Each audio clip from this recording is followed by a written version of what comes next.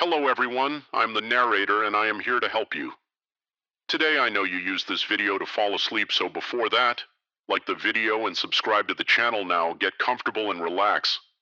The cameras were everywhere in the kitchen, clocked behind the bathroom mirror. Even in the houseplants I thought I was being paranoid at first, but now I knew someone had been watching my every move for days. It was supposed to be an easy gig. My college roommate's parents needed someone to watch their house while they were on a European vacation. The pay was good, the house was nice, and I'd have plenty of time to work on my thesis, win-win, right-wrong. The first few days were uneventful. I settled into a routine, wake up, make coffee, work on my laptop for a few hours, maybe take a swim in the backyard pool if the weather was nice, pretty cushy. All things considered, it was on the fourth night that I started to feel off, like I was being watched. I'd be sitting on the couch reading and suddenly get the urge to look over my shoulder, or I'd be in the shower and swear I heard movement on the other side of the curtain. I chalked it up to being alone in a strange house. Nerves nothing more, but the feeling persisted, growing stronger each day. Then I found the first camera. I was dusting the mantel. Hey, I take my house sitting duty seriously when I noticed something odd about one of the family photos. The frame seemed thicker than the others. Curious, I picked it up to examine it more closely. That's when I saw it. A tiny lens no bigger than a pinhead hidden in the corner of the frame. My blood ran cold as I realized what I was looking at. Suddenly, all those moments of unease made terrible sense. Heart pounding, I began searching the house more thoroughly. In the next hour, I found 6 more hidden cameras. They were everywhere. The living room, kitchen, my bedroom, even the bathroom. Someone had gone to great lengths to keep every inch of this house under surveillance. But why, and more importantly, who I considered calling the police. But what would I tell them that I'd found some cameras in a house I was watching for? All I knew, the homeowners had installed them for security. It seemed unlikely, given how well hidden they were, but I couldn't rule it out. No, I needed more information before I involved the authorities. I needed to know who was behind this. I spent the next day pretending everything was normal, all while formulating a plan. I went about my usual routine, careful not to let on that I'd discovered the cameras. Meanwhile, I took inventory of everything I'd found and looked for patterns. Most of the cameras seemed to be wireless, likely broadcasting to a receiver somewhere nearby. If I could locate that receiver, I might be able to trace it back to whoever was watching. As night fell, I put my plan into action. I turned on every TV and radio in the house, cranked up the volume, and began systematically searching every room. The noise would cover any sounds I made and hopefully mask my true intentions from anyone watching. I started in the basement, methodically checking every nook and cranny. Nothing. The first floor yielded similar results. By the time I reached the second floor, I was starting to lose hope. That's when I noticed the attic access panel in the hallway ceiling. It was slightly ajar, barely noticeable unless you were looking for it. Bingo, heart racing, I pulled down the folding ladder as quietly as I could. Each creak of the old wood sent a jolt of adrenaline through me. What would I find up there? More importantly, would someone be waiting? I ascended slowly, my senses on high alert. The attic was dark, musty, and filled with the usual assortment of boxes and old furniture, but there in the far corner I saw a faint blue glow creeping forward.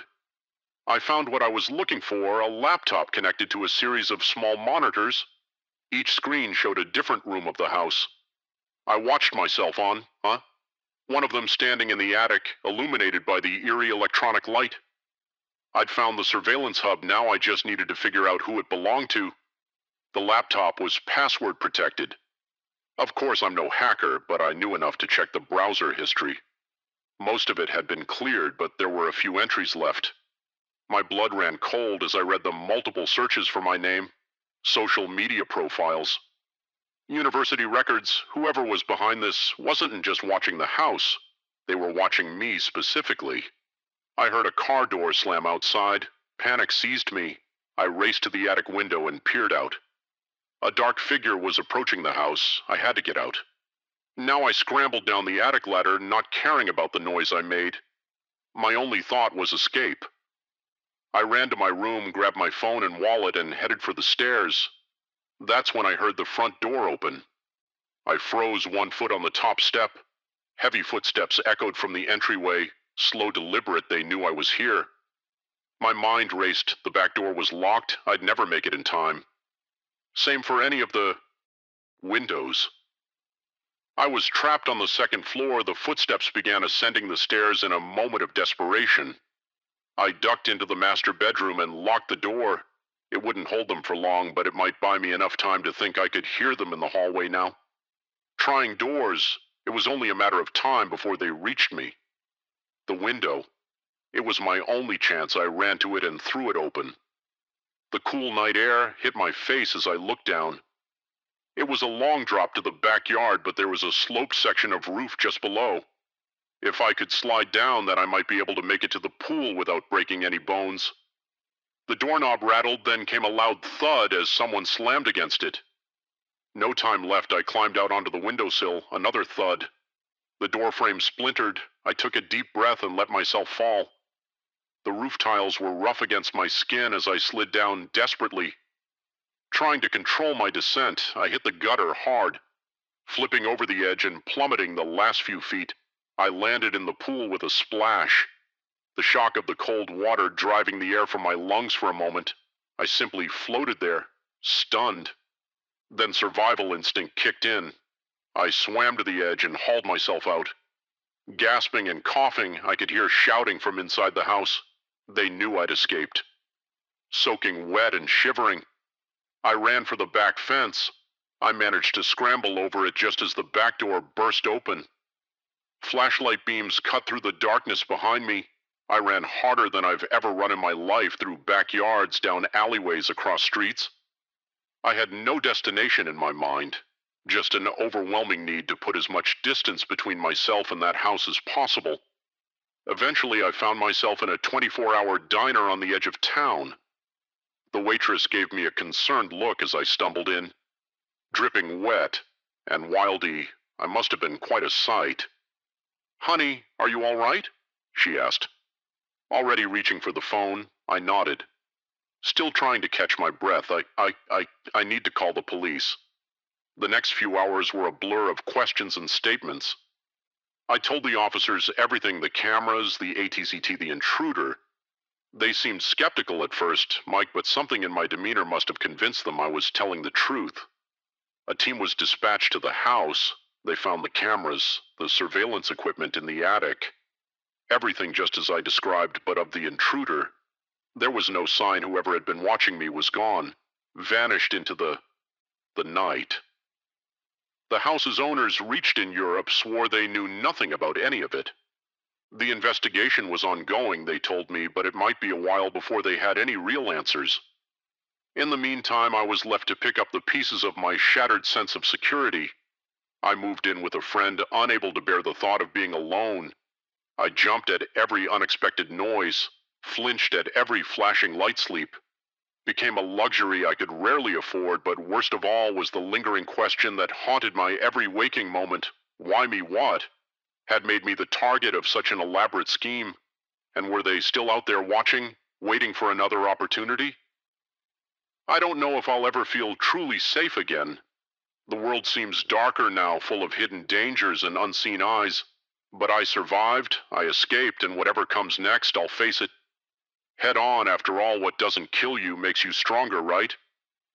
I just hope I never have to test that theory again. The moment I saw his thumb jutting out from the ragged sleeve of his jacket, I knew I should have kept driving.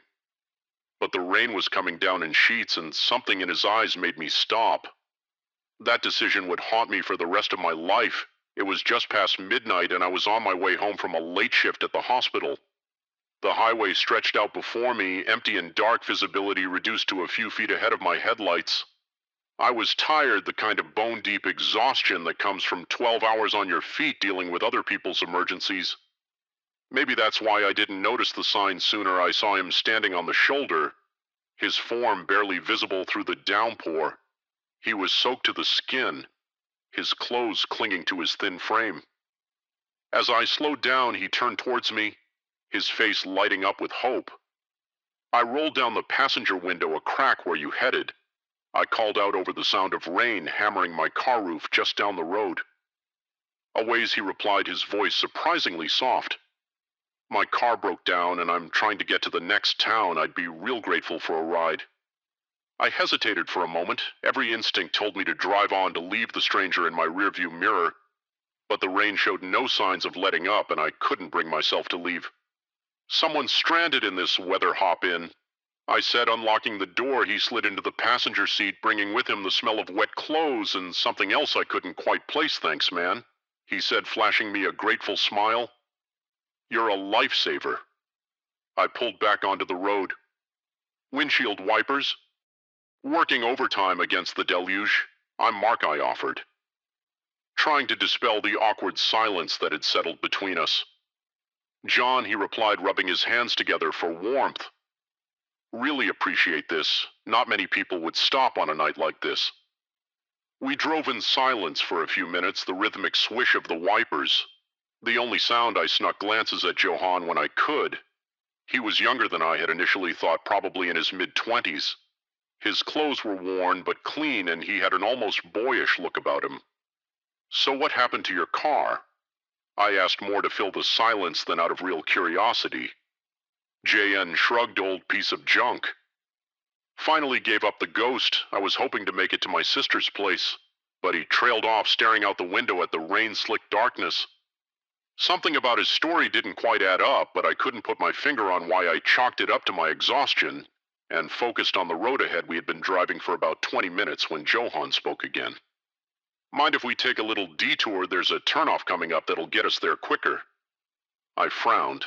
I thought you said you were headed to the next town. Yeah, my sister lives just outside it. This way's faster, trust me, against my better judgment. I took the exit. He indicated the road. Narrowed, winding through dense forest. The rain, if anything seemed to intensify. You sure this is the right way? I asked, anxiety beginning to gnaw at the edges of my mind. John nodded, his eyes fixed on the road ahead. Just a little further, we drove on the trees, pressing in on either side. I was about to suggest turning back when John suddenly said, "Pull over here." I slowed the car, peering through the rain. Strew windshield, there was nothing but trees and darkness here. There's nothing. The words died in my throat as I felt something cold and hard press against my ribs. I turned slowly to see John holding a knife, all traces of his earlier friendliness gone. Turn off the engine and give me the keys. He said, his voice low and dangerous. My heart was pounding so hard I was sure he could hear it over the rain. With shaking hands, I did as he said. Now get out of the car slowly. I opened the door, the sound of the rain intensifying as I stepped out into the downpour. John followed, keeping the knife trained on me. What do you want? I managed to ask, my voice barely above a whisper. He smiled, but it was nothing like the warm grin he'd given me earlier. This was the smile of a predator. Everything you've got for starters, wallet, phone, watch. Then we're going to take a little walk. I handed over my belongings. My mind racing. We were miles from anywhere in the middle of a storm. Even if I could overpower him, where would I go? John gestured with the knife towards the trees. Start walking. I trudged through the underbrush branches, whipping at my face, mud sucking at my shoes. The rain had soaked through my clothes in seconds, leaving me shivering and miserable. John followed close behind, occasionally prodding me with the knife to keep me moving after what felt like hours, but was probably only 20 minutes. We came to a small clearing. In the center stood a dilapidated cabin, its windows dark and empty. Inside, John ordered, giving me a rough shove towards the door. The interior of the cabin was musty and damp, with moldy furniture and peeling wallpaper. A battery-powered lantern sat on a rickety table, casting eerie shadows around the room. Sit, John said, pointing to a chair in the corner as I sank into it. He pulled a length of rope from a duffel bag I hadn't noticed before, hands behind your back, as he tied me to the chair. I finally found my voice again. Why are you doing this? John finished the knot and stepped back, regarding me with cold eyes. Why does anyone do anything? Money, power, survival, take your pick. He began pacing the small room, twirling the knife between his fingers with disturbing skill. You see, Mark, it is Mark. Right, I found that people like you, good Samaritans, are the easiest marks. You're so eager to help. so trusting it makes my job so much simpler. Your job. I echoed a chill running down my spine that had nothing to do with my wet clothes. He grinned that predatory smile that made my stomach churn. Oh yes, this isn't my first rodeo as they say. But don't worry, you're not special, just in the wrong place at the wrong time. My mind was reeling. How many others had there been? How many good intentions had led to situations like this? What are you going to do with me, John? Shrugged, leaning against the wall. That depends on you. Really, see, I've got a bit of a system worked out. First, we'll call your bank. Have you transfer all your funds to an account? I control, then we'll move on to credit cards and loans, anything we can squeeze out of you. He paused, fixing me with a stare that made my blood run cold after that. Well, that's where you get to make a choice. You can either disappear, start a new life somewhere far away and never breathe a word of this to anyone, or he let the implication hang in the air and I felt the full weight of my situation crash down on me.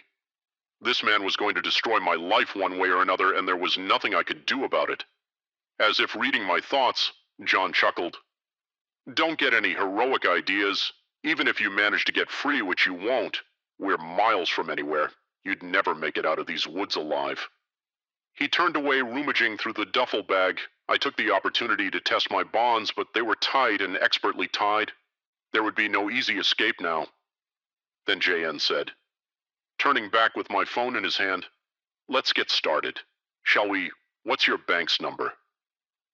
What followed was a nightmare of paperwork and phone calls, all conducted under the constant threat of John's knife. I watched helplessly as my life savings disappeared as credit cards were maxed out and loans were taken in my name. With each transaction, I felt a piece of my future slipping away by the time it was over. I was emotionally and physically exhausted. John seemed pleased, humming to himself as he packed away the paperwork and my drained phone. Well, Mark, I have to say you've been a model hostage, he said, his tone almost conversational. Makes me almost sorry to do this. Next part, he approached me, knife in hand, and for a moment I was certain this was the end, but instead of slitting my throat, he cut the ropes binding me to the chair. Remember what I said about choices, he asked. Stepping back, well, here's yours. That door leads out into the woods. If you're lucky, you might find your way back to civilization, or... He gestured to the knife now lying on the table. You can try to fight your way out, but I wouldn't recommend it with that. He picked up the duffel bag and headed for the door. Oh, and Mark, if I were you, I'd wait at least an hour before leaving, just to be safe, and then he was gone, leaving me alone in the cabin with nothing but the sound of the rain and the crushing weight of what had just happened. I don't know how long I sat there numb and shivering when I finally stumbled out into the rain. The sky was beginning to lighten with the first hints of dawn. It took me 6 hours to find my way back to the road. By then, John was long gone, along with my car and every cent to my name. The police were sympathetic, but not optimistic men like John. They said we're experts at disappearing now months later. I'm still dealing with the fallout. My credit is ruined, my savings gone. I jump at every shadow and flinch at every act of kindness. But I'm alive, and slowly I'm rebuilding. And if there's one lesson I've learned, it's this: sometimes the most dangerous predators are the ones that look just like us. The forest was supposed to be my escape, a chance to clear my head and reconnect with nature. Instead, it became a nightmare that would haunt me for years to come. I never imagined that a simple camping trip could turn into a fight for survival against an unseen enemy lurking in the woods. It started innocently enough. I'd been stressed at work, burning the A candle at both ends for months on a big project. When it finally wrapped up, I knew I needed to decompress. The idea of a solo camping trip in the Cascade Mountains seemed perfect. Just me, my tent, and miles of pristine wilderness. I'd done plenty of camping before, but always with friends or organized groups. This would be my first time truly going it alone. The thought was both exhilarating and a little nerve-wracking. I picked a remote spot about a day's hike from the nearest ranger station. It was early autumn, the leaves just beginning to turn, painting the forest in brilliant shades of red and gold. The air was crisp and clean, carrying the scent of pine and wild herbs. The hike in was uneventful, though more challenging than I'd anticipated by the time I reached my chosen campsite, a small clearing near a babbling stream. My muscles were aching pleasantly from the exertion. I set up camp, started a small fire, and settled in to watch the sunset, feeling more relaxed than I had in months. That first night passed peacefully. I slept better than I had in weeks, lulled by the gentle sounds of the forest. The next morning I woke early, eager to explore my surroundings. I spent the day hiking, taking photos, and simply soaking in the tranquility of nature. It was exactly what I needed, a complete disconnect from the chaos of everyday life. As evening approached, I made my way back to camp, looking forward to another night under the stars. That's when things started to go wrong. As I neared my campsite, I noticed something odd. The air smelled different. There was an acrid tinge to it, almost chemical. It reminded me of the cleaning supplies we used at work, completely out of place in the middle of the wilderness. I slowed my pace, suddenly on edge. The forest seemed quieter than it should be. The usual chorus of birds and insects noticeably absent. Every instinct I had was screaming that something wasn't right. I approached my camp cautiously, eyes scanning the trees for any sign of disturbance. At first glance, everything looked normal. My tent was undisturbed to my gear where I'd left it, but then I saw a set of fresh footprints in the soft earth near my fire pit. They weren't mine. My heart began to race. Someone had been here while I was gone, but who and why? I was debating whether to pack up and leave. When I heard voices in the distance, they were faint but growing closer without thinking. I ducked behind a large fallen log, peering out through the underbrush. Two men emerged from the trees on the far side of the clearing. They were dressed in dark clothing with heavy boots and gloves. Each carried a large duffel bag. They moved with purpose, clearly familiar with the terrain. "This looks good," one of them said, dropping his bag with a metallic clank, far enough from the main trails but still accessible. The other man nodded, scanning the area. His gaze passed over my hidden position, and I held my breath, willing myself to become invisible. "Let's get set up," he said. "We need to be operational by nightfall." They began unpacking their bags, and my blood ran cold as I saw what they contained: chemical jugs, tubing, hot plates, all the components of a mobile drug lab. I'd stumbled upon a meth cooking operation in the middle of the national forest. I knew I needed to get out of there to find help, but I was trapped. Any movement would give away my position, and I had no doubt these men would eliminate any witnesses to their operation, so I waited, barely breathing, as the men set up their lab. The acrid smell grew stronger, burning my nostrils. I watched as they mixed chemicals, the process horrifyingly efficient. These weren't amateurs, this was a professional operation. Hours passed, the sun began to set, casting long shadows across the clearing. I was stiff from staying motionless for so long, my muscles screaming for relief. But the fear of discovery kept me frozen in place as full darkness fell. More men arrived. I counted 5 in total, all with the same hard, dangerous look about them. They spoke in low voices, discussing distribution routes and meeting points. I realized I was overhearing details of a major drug trafficking operation. I must have shifted slightly, trying to ease the cramp in my leg. A twig snapped beneath me, the sound deafening in the quiet night. Everyone in the clearing froze. What was that?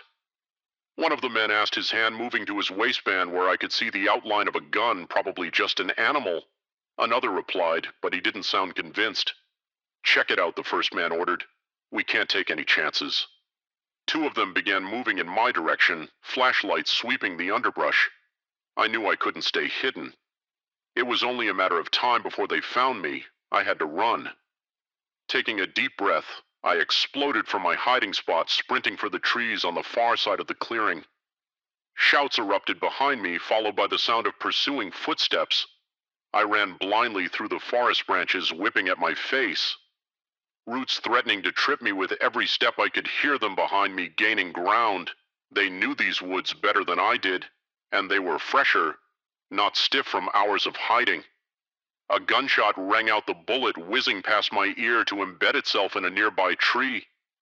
The sound spurred me to greater speed, adrenaline flooding my system.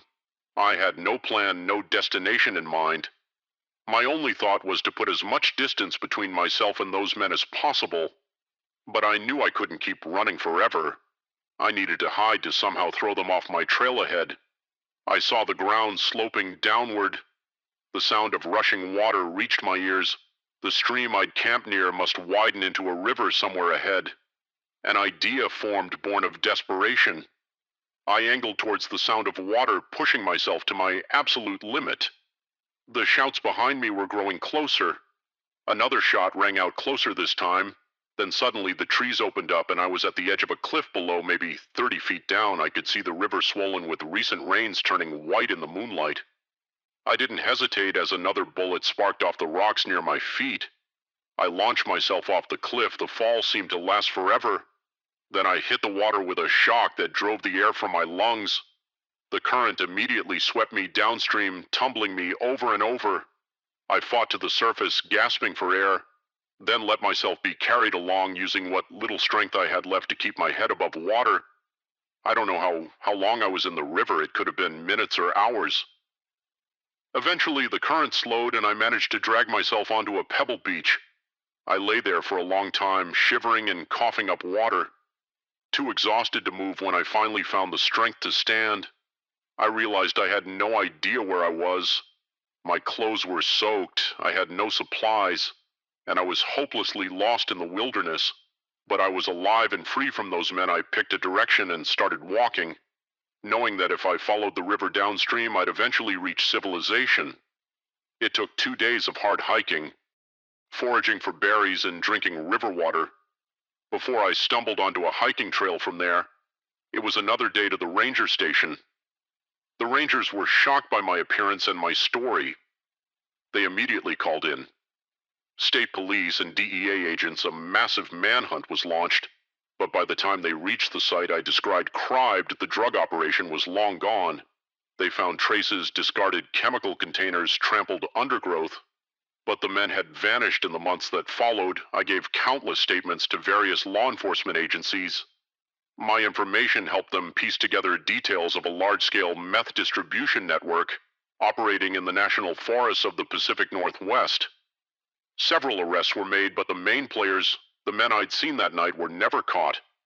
I still go camping, but never alone. The forest that was once my sanctuary now holds a darker edge. Every snapping twig, every unexpected shadow sends my heart racing. I know logically that the chances of ever running into those men again are infinitesimal, but logic has little power over the memories of that terrifying night. Sometimes in my dreams I'm still running through those dark woods, the sound of pursuit close behind. I wake up gasping, sheets tangled around me, the phantom smell of chemicals in my nostrils. They say what doesn't kill you makes you stronger. I'm not sure I believe that anymore, but I do know this. I survived, and every day since then has been a gift I don't take for granted.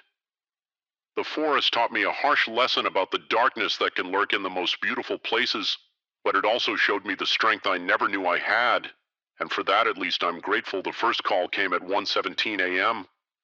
I remember because I was staring at the clock, willing the hands to move faster, counting down the minutes until my shift ended. I never should have answered, but I did, and that's when the nightmare began. My name's Alex, and I work the graveyard shift at WKRP, a small radio station in the middle of nowhere, Ohio. It's usually a pretty easy gig. Play some tunes, take a few requests, try not to fall asleep most nights.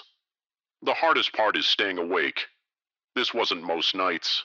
It started like any other shift. I rolled in around midnight, relieved the evening DJ, and settled in for 6 hours of classic rock and the occasional caller looking to hear their favorite song. The studio was small, just a soundboard, a couple of monitors, and a window looking out over the empty parking lot. It wasn't much, but it was my domain from midnight to 6 a.m. The first couple of hours went by without incident. I played the usual mix of lead, Zeppelin, Pink Floyd, and Bob Seger, peppered with a few local ads and weather updates. It was a quiet night, even by our standards. No calls, no requests, just me and the music. Then at 1:17 a.m. the request line lit up. I answered with my usual, Spiel. You're live on WKRP. What can I play for you tonight? There was silence on the other end just as I was about to hang up, thinking it was a prank call. I heard breathing, slow, deliberate breathing. Hello, I said, a little unnerved. Anyone there play something for me? A man's voice said it was low, almost a whisper with an odd quality to it that I couldn't quite place sure thing. I replied, trying to sound upbeat. What would you like to hear? Surprise me, he said, and then the line went dead. I shrugged it off. Late night callers can be weird sometimes, and this was hardly the strangest request I'd ever gotten. I queued up Hotel California by the Eagles and went back to scrolling through my phone. 15 minutes later, the phone rang again, same number, WKRP. What can I do for you? I answered. You've got good taste. The voice said it was the same guy, I was sure of it. What else can you play for me? I felt a chill run down my spine. Something about his tone made me uneasy. Sure, I said, trying to keep my voice steady. Any preferences, I trust your judgment, he said, and hung up again. Now I was starting to get freaked out. I looked out the window, half expecting to see someone standing in the parking lot watching me, but it was empty.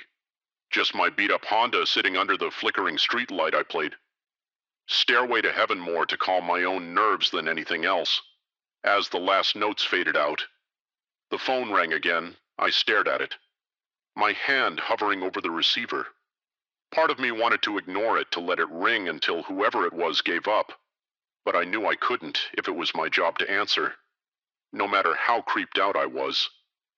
But you, KRP. I said, my voice shaking slightly. I can see why people listen to you, the man said. His voice was different this time, harder, more intense. The way you choose the songs, the way you speak, it's captivating. My blood ran cold. Who is this? I demanded. He chuckled a sound that made my skin crawl. Just a fan, Alex, a very dedicated fan. He knew my name. How did he know my name? We never used our real names on air. Just silly DJ monikers. Mine was the Night Owl look. I said, trying to keep my voice firm. I don't know who.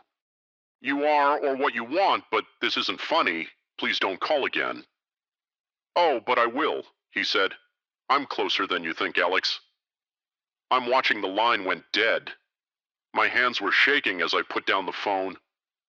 I looked around the small studio, suddenly feeling very exposed. The windows that usually made the room feel less claustrophobic now seemed like huge vulnerabilities. Anyone could be out there looking in. And I'd never know. I tried to shake it off to convince myself it was just some creep getting his kicks by scaring the late-night DJ. But I couldn't shake the feeling of eyes on me.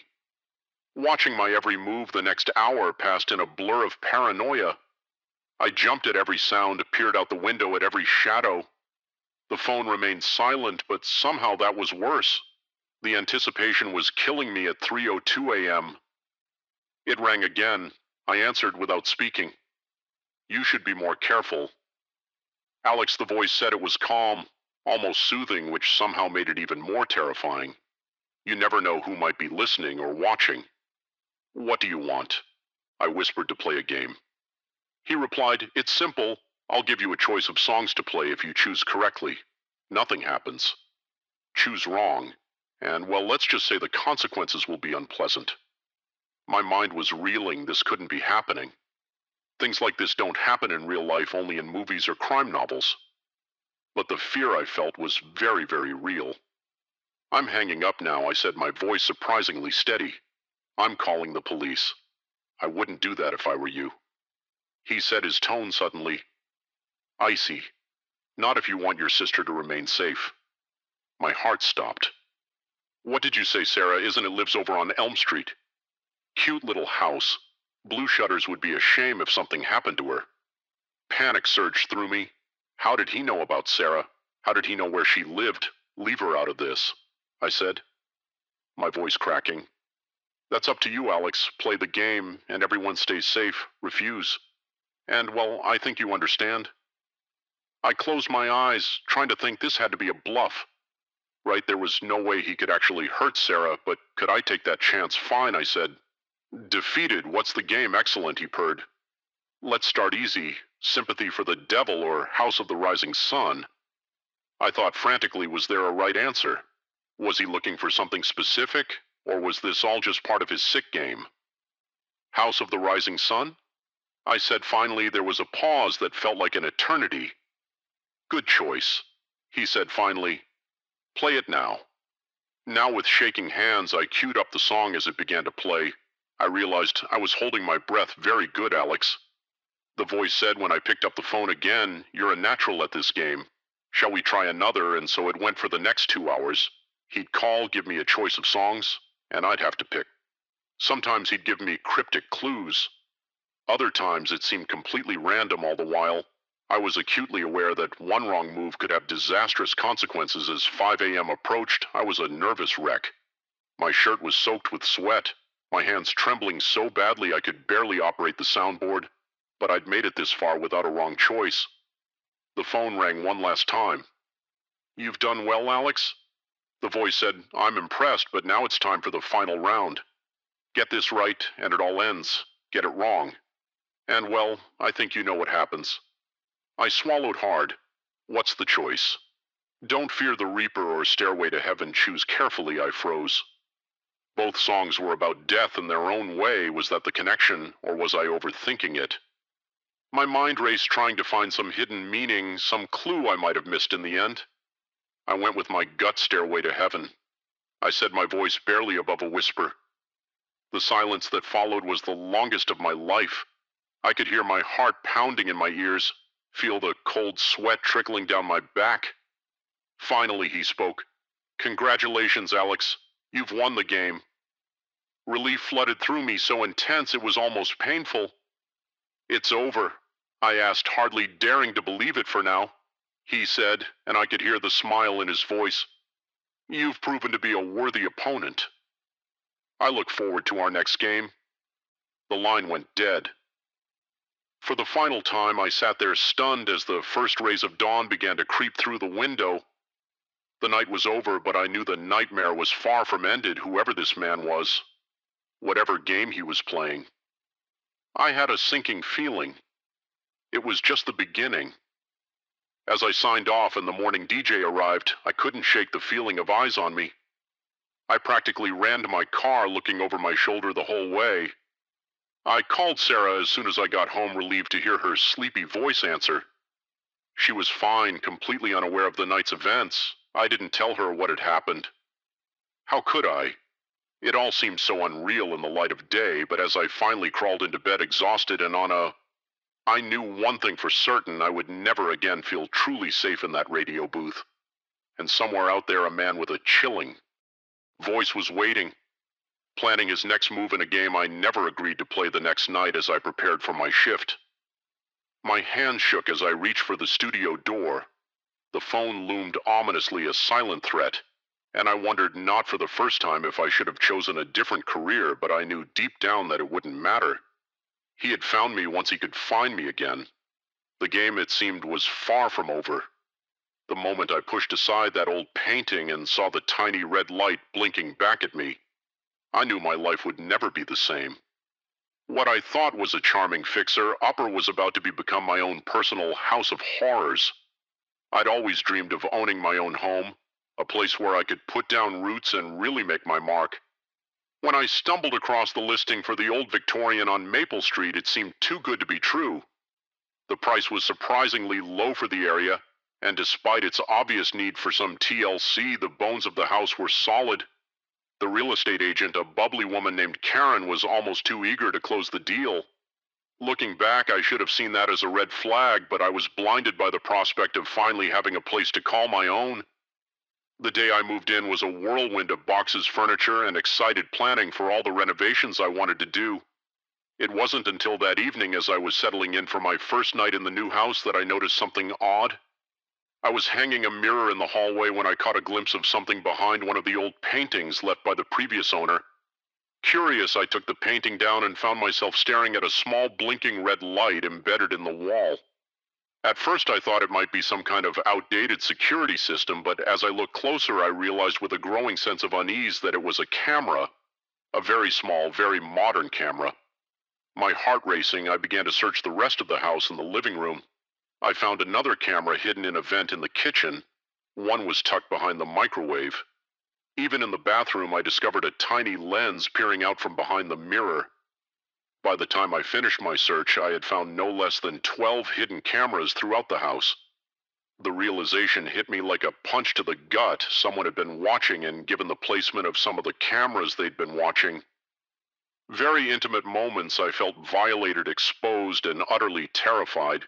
Who had put these cameras here? The previous owner, the real estate agent, or was there someone else? And someone I didn't even know about who had access to my most private moments with shaking hands. I called the police. They arrived quickly, and I led them through the house, pointing out each camera. I had found the officers were grim-faced as they documented everything. They told me they'd need to bring in a specialist to remove the cameras and analyze them for any clues about who might have installed them as they worked. I sat on my front porch trying to process what was happening. The home I had been so excited about just hours ago now felt tainted, unsafe. I couldn't stop thinking about all the things I had done since moving in, all the private moments that might have been captured and viewed by God knows who. The police finished their initial investigation around midnight. They advised me to stay somewhere else for the night while they continued to process the scene. I nodded, numbly threw some clothes in a bag and drove to a nearby hotel. I barely slept that night, my mind racing with questions and fears. Who was watching me? What did they want? And most terrifyingly, were they still out there the next morning? I met with a detective at the police station. She was a stern-looking woman named Rodriguez, with kind eyes that contrasted with her non-nonsense demeanor. "Miss Johnson," she began, "I'm not going to sugarcoat this. The situation is serious. The cameras we found in your home are high-end, professionally installed. This wasn't some peeping Tom with a hobby. Whoever did this knew what they were doing." I felt my stomach drop. "Do you know who it was?" I asked, dreading the answer. Detective Rodriguez shook her head. "Not yet, but we're working on it. We've pulled the property records and we're looking into everyone who's had access to the house in the past few years. Previous owners, real estate agents, maintenance workers, everyone." She paused, fixing me with a serious look. "In the meantime, I have to ask, is there anyone who might want to watch you, an ex-partner? Perhaps someone you've had trouble with?" I shook my head, feeling a bit offended at the implication. "No, nothing like that. I'm pretty boring. Honestly, I can't imagine why anyone would want to spy on me." Rodriguez nodded, seemingly satisfied with my answer. "All right, well, we'll keep digging in. The meantime, we've removed all the cameras we could find. We'll have a team do another sweep to make sure we didn't miss anything. But Miss Johnson, I have to be honest with you, your house is now a crime scene. It might be a while before you can move back in." I nodded, feeling a mix of relief and despair. On one hand, I couldn't imagine going back to that house knowing what had happened there. On the other, it was my home. I had poured my savings into it, had so many plans for it. The idea of losing it was heartbreaking. As I left the police station, I felt lost. Where was I supposed to go? What was I supposed to do? I ended up back at the hotel, staring at the bland walls and generic artwork, feeling more alone than I ever had in my life. Days turned into weeks. The police investigation continued, but they seemed no closer to finding out who had bugged my house. I was living out of a suitcase, bouncing between hotels and the spare rooms of sympathetic friends. My life was on hold, and the constant state of uncertainty was taking its toll. It was during this time that I started noticing other strange things, calls from unknown numbers that would hang up as soon as I answered a car that seemed to be parked on my street every time I drove by the house. Once I could have sworn I saw a figure watching me from the window of my house, but when I looked again, they were gone. I tried to tell myself I was being paranoid, that the stress of the situation was making me see things that weren't there, but the feeling of being watched, of being hunted, never went away.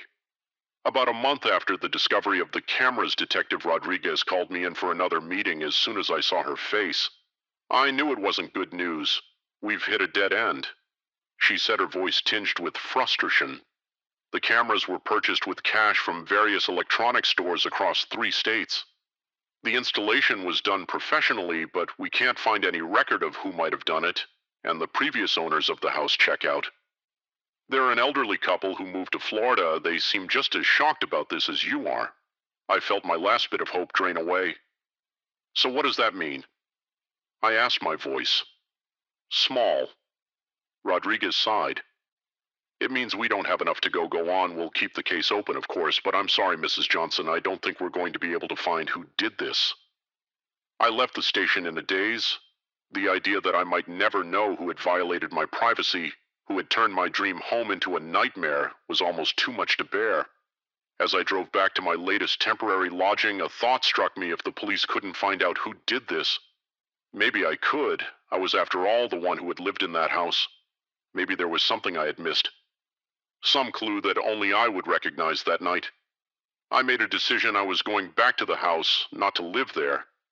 I didn't think I could ever feel safe there again, but to investigate, to try and find the answers that had eluded the police. The next day I stood on the front porch of my house key, and in hand, heart pounding. It felt strange, like I was breaking into someone else's home rather than entering my own. Taking a deep breath, I unlocked the door and stepped inside. The house was exactly as I had left it, yet somehow completely different. The rooms that had once felt full of potential now seemed sinister, every shadow hiding potential threats. I moved through the house slowly, methodically, looking for anything out of place, anything that might give me a clue in the master bedroom. I noticed something I hadn't before. There was a small mark on the baseboard, easy to miss if you weren't looking for it. I knelt down to examine it closer and realized it was a tiny arrow pointing towards the closet. With trembling hands, I opened the closet door. At first I didn't see anything unusual, but then in the very back corner I spotted a seam in the wall that didn't quite match up. I pressed on it, and to my shock, a small panel popped open. Inside was a USB drive. I stared at it for a long moment, my mind reeling. Should I take it to the police? Should I look at it myself? In the end, curiosity went out. I took the drive and hurried out of the house, unable to shake the feeling that I was being watched back at my hotel room. I plugged the drive into my laptop. What I found made my blood run cold. It was filled with video files, hundreds of them, dating back years, and they weren't just of me. There were videos of the previous owners, of people I didn't recognize, all going about their private lives. Completely unaware they were being recorded, but it was the most recent folder that truly terrified me. It was labeled with my name, and it contained videos, not just from inside the house, but from other locations. Me at work, me shopping, me having coffee with friends. The cameras in the house were just the beginning. Whoever was behind this had been following me, recording my every move, and judging by the time stamps on the most recent files, they were still doing it. I slammed the laptop shut, my heart pounding. I had thought finding answers would help, but now I felt more scared than ever. The violation wasn't confined to the house. It had spread to every aspect of my life. As I sat there, trying to decide what to do next, my phone buzzed with a text from an unknown number. With shaking hands, I opened it. The message was simple, but it made my blood run cold. Enjoying the house. Sarah, don't worry, I'm still watching. Always watching. I realized then that this nightmare was far from over. In fact, it was just beginning. The moment I saw his eyes in my rearview mirror, I knew I'd made a terrible mistake. What should have been a routine delivery had turned into a nightmare, and now I was trapped in my own car with a man who clearly had no intention of letting me go. It was supposed to be my last run of the night. I'd been driving for DoorDash for about 6 months, trying to make some extra cash to pay off my student loans. Most nights were uneventful: pie pickup food, drop it off, repeat. But this night was different from the start. The order came in just as I was about to call it quits. It was for a place I'd never heard of, some hole-in-the-wall joint on the outskirts of town. The delivery address was even further out, Al Lone House, down a long, winding road. I hesitated for a moment, my gut telling me something was off. But the promised tip was generous, and I figured one more delivery wouldn't hurt. I should have listened to my instincts. The restaurant was sketchy, to say the least. A rundown shack with flickering neon signs and windows so grimy you couldn't see inside. The guy who handed me the food barely looked at me, just shoved a greasy paper bag into my hands and grunted. Something that might have been "have a nice night." As I drove to the delivery address, the houses became fewer and farther between the road. Narrowed, twisting through dense woods, my GPS kept losing signal, leaving me to navigate by the vague directions I'd memorized. Finally, I saw it, a solitary mailbox with the right number. The driveway was long and unpaved, leading to a house set far back from the road. No lights were on, and for a moment I considered just leaving the food at the end of the driveway, but I needed that tip, so I steeled my nerves and drove up. The house was old and in disrepair, paint peeling and shutters hanging askew. No cars in sight. I sat in my car for a moment, debating whether to approach. That's when I saw movement in one of the darkened windows. Taking a deep breath, I grabbed the food and got out. The gravel crunched under my feet as I approached the porch. Each step feeling heavier than the last, I rang the doorbell, hearing it echo inside the house. For a long moment, nothing happened. Then slowly the door creaked open. The man who answered was tall and gaunt, with deep-set eyes that seemed to bore right through me. He smiled, but it didn't reach his eyes. "Ah, my dinner has arrived," he said, his voice oddly formal. "Please come in. I'll get your payment." Every alarm. Bell in my head was ringing, but I found myself stepping inside. Anyway, the interior of the house was as run down as the outside, with peeling wallpaper and the musty smell of decay. The man disappeared into another room, leaving me standing awkwardly in the entryway. I could hear him rummaging around, muttering to himself. That's when I noticed the photos on the wall. They were all of women, dozens of them in what looked like candid shots. Some seemed to be taken from a distance, as if the subjects didn't know they were being photographed. A chill ran down my spine as I realized many of the photos were of delivery drivers still in their uniforms. I knew I had to get out of there. Now I turned to leave, but the man was suddenly there, blocking the door. The smile was gone from his face, replaced by a cold, calculating look. Leaving so soon, he asked, his voice low and menacing. "But we haven't even had dinner yet." I tried to push past him, but he was stronger than he looked. He grabbed my arm, his grip like iron.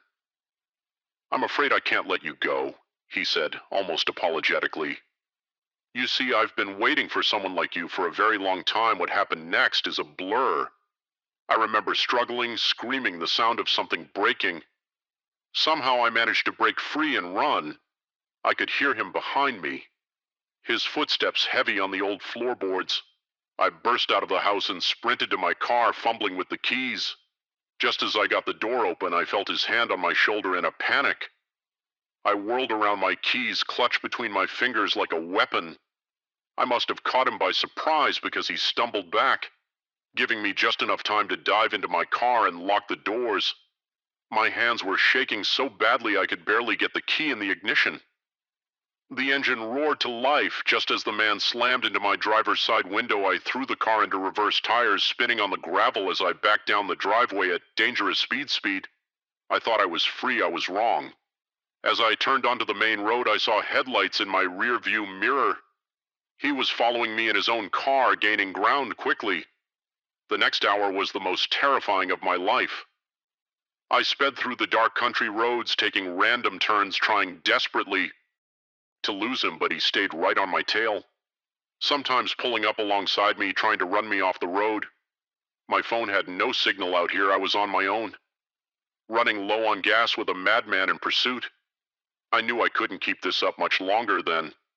Like a miracle, I saw lights ahead, a gas station still open. Despite the late hour, I screeched into the parking lot, horn blaring, and threw myself out of the car. The attendant, an older man, looked startled as I bursted into the store. "Please?"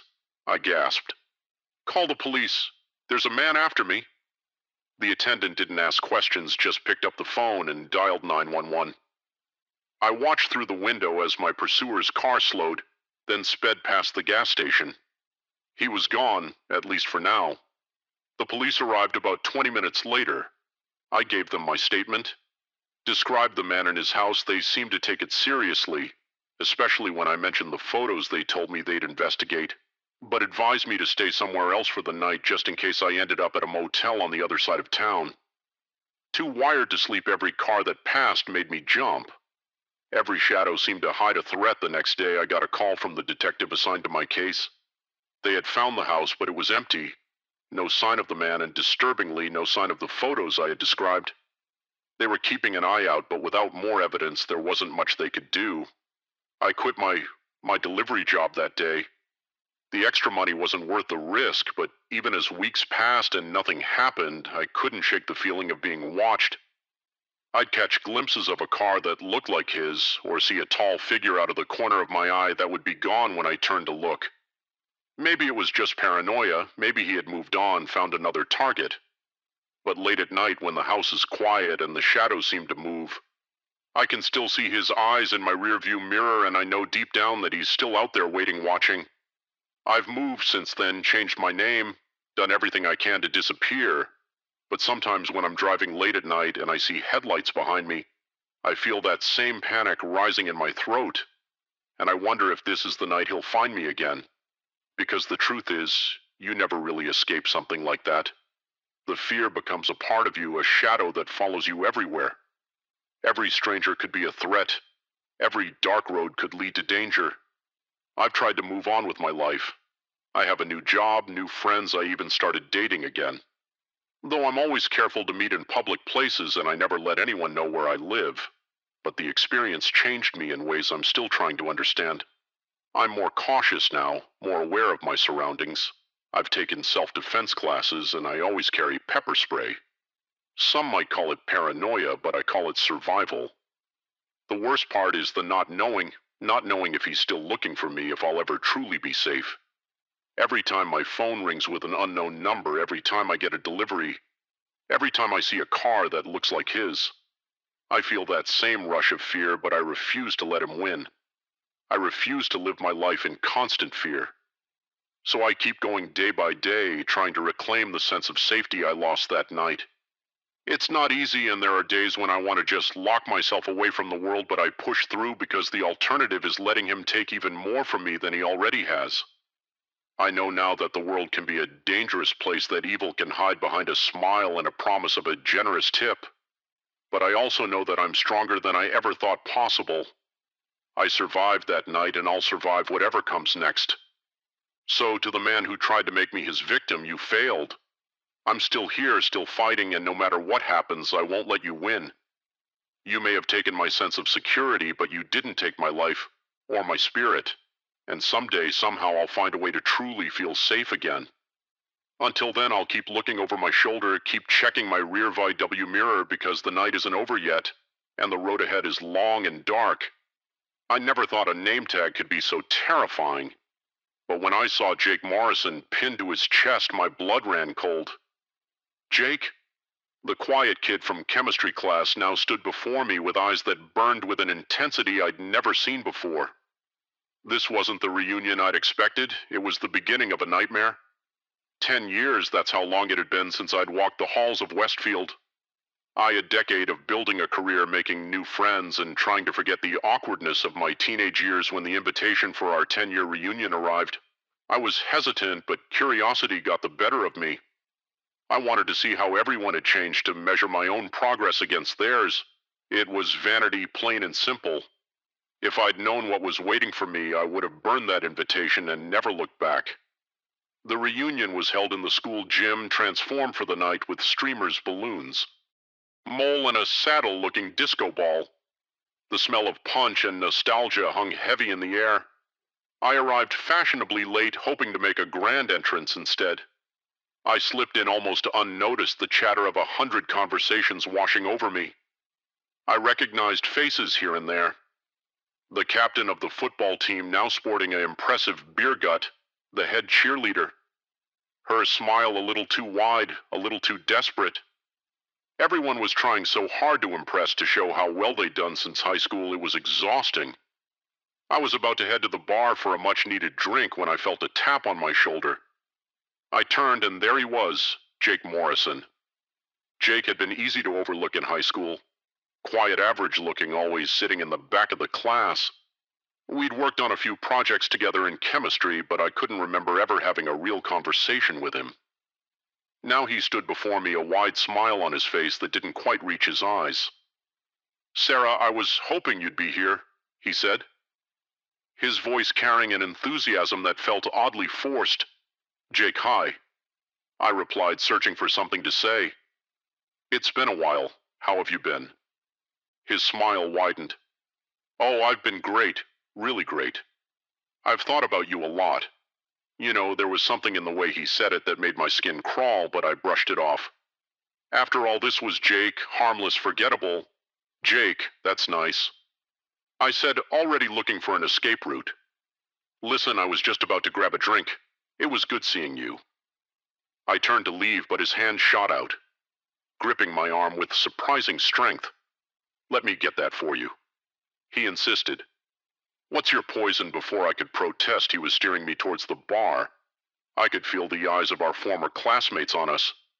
Curiosity and confusion evident on their faces, Jake Morrison and Sarah Thompson. Now there was an unlikely pair as we waited for our drinks. Jake kept up a steady stream of chatter.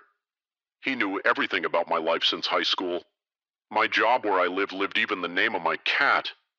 It was unnerving. I hadn't posted much of that information online, and I certainly hadn't kept in touch with Jake.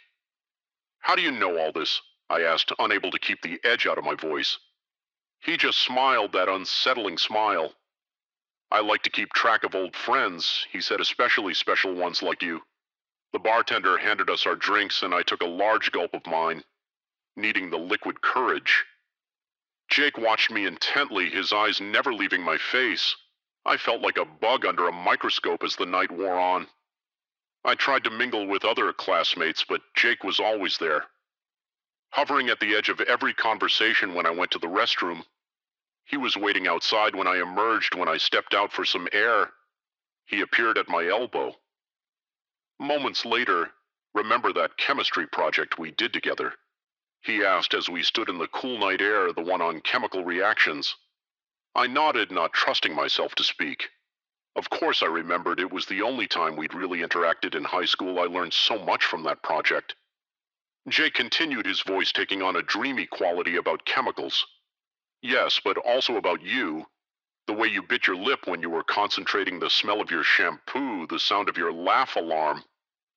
Bells were ringing in my head now. This wasn't normal. Reminiscing, this was obsession. "Jake," I said carefully, "that was a long time ago. We were kids." His face darkened. "It doesn't feel like a long time to me," he said, his voice low and dangerous. "It feels like yesterday. Every day feels like yesterday when I think about you, Sarah." I took a step back, but he matched it, moving closer.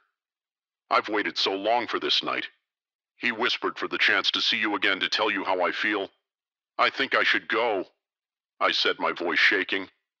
I turned to head back inside, but his hand clamped down on my wrist, pulling me back. "You can't go," he hissed. "Not yet. Not when we have so much to talk about."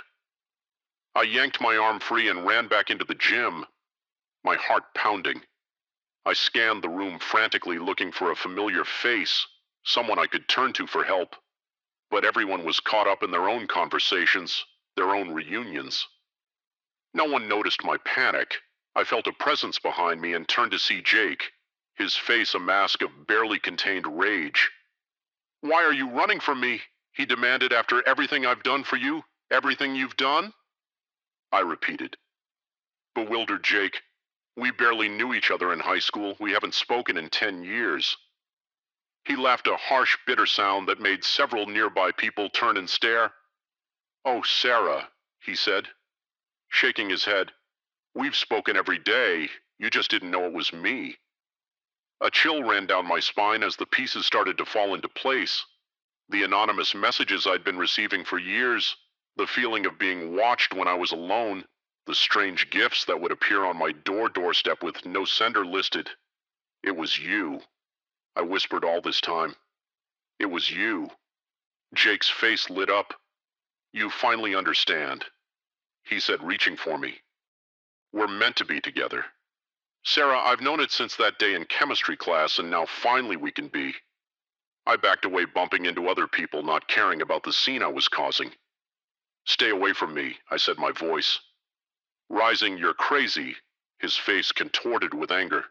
"Crazy," he spat. I'm not crazy. I love you. I've loved you for 10 years while you ignored me, while you dated other men, while you lived your life without me, but that ends tonight. He lunged for me, but I was faster. I turned and ran, pushing through the crowd, ignoring the shouts and confused looks. I burst out of the gym and into the parking lot, fumbling for my car keys. I could hear Jake behind me calling my name, his footsteps getting closer. I reached my car and practically dove inside, locking the doors just as Jake slammed into the driver's side window. "Sarah," he yelled, pounding on the glass. "Don't do this. We're supposed to be together." I started the engine and peeled out of the parking lot, tires screeching in my rear-view mirror. I could see Jake standing there watching me go. Even from a distance, I could feel the intensity of his gaze. I drove for hours, too afraid to go home. I called the police from a gas station payphone, my hands shaking as I recounted everything that had happened. They took my statement and promised to look into it, but I could hear the skepticism in the officer's voice to them.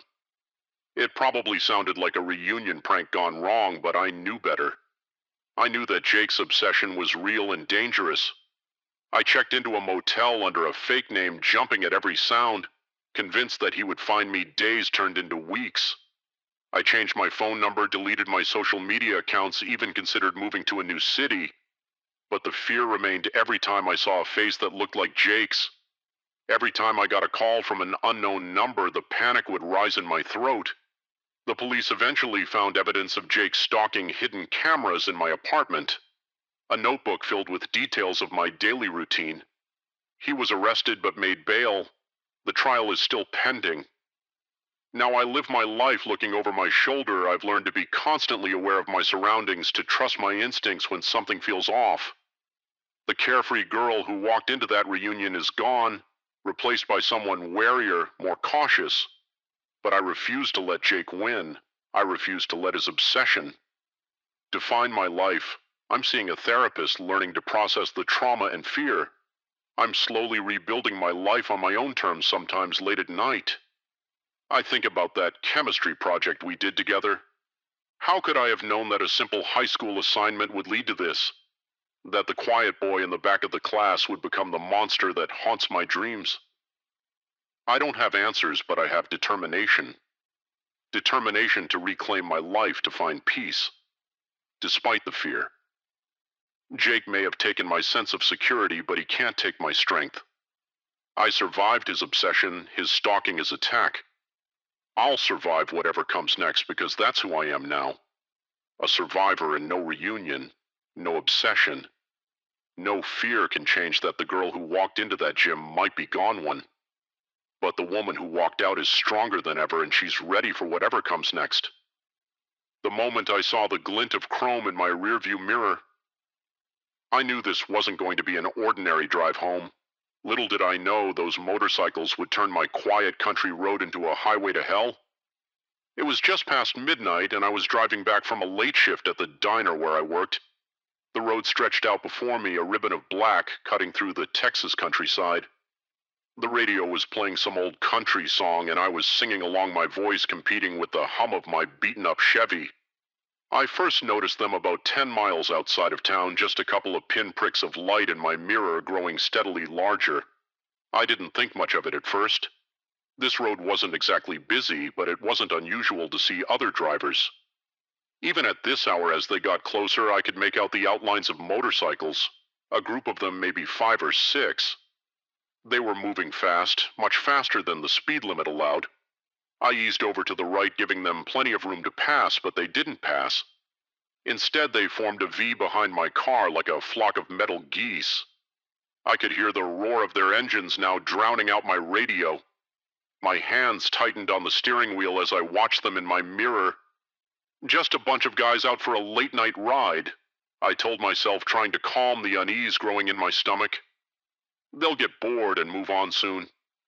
They didn't. For the next 5 miles. They stayed right behind me, never falling back, never trying to pass. I could feel the vibration of their engines through my seat. My palms were sweating now, leaving damp marks on the steering wheel.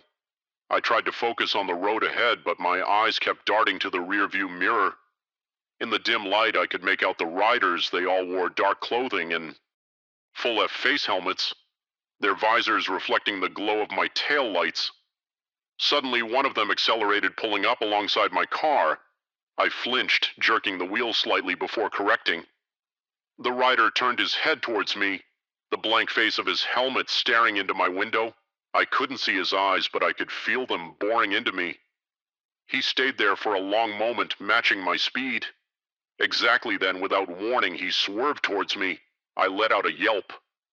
Yanking the wheel to the right, my tires hit the gravel shoulders, sending a spray of rocks into the air. Heart pounding, I managed to pull back onto the road. The biker had fallen back into formation behind me as if nothing had happened, but now I knew this wasn't some harmless joyride. These men meant trouble. I pressed down on the accelerator, my old Chevy protesting as I pushed it faster than it was used to. Going, the speedometer crept up 70, 80, 90 miles per hour, but no matter how fast I went, the bikers kept pace effortlessly. My mind raced faster than my car.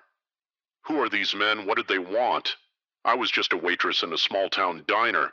I didn't have any enemies. At least none that I knew of. This had to be random, but that thought didn't comfort me. Random meant unpredictable, and unpredictable was dangerous. I fumbled for my cell phone, keeping one eye on the road and one on the mirrors.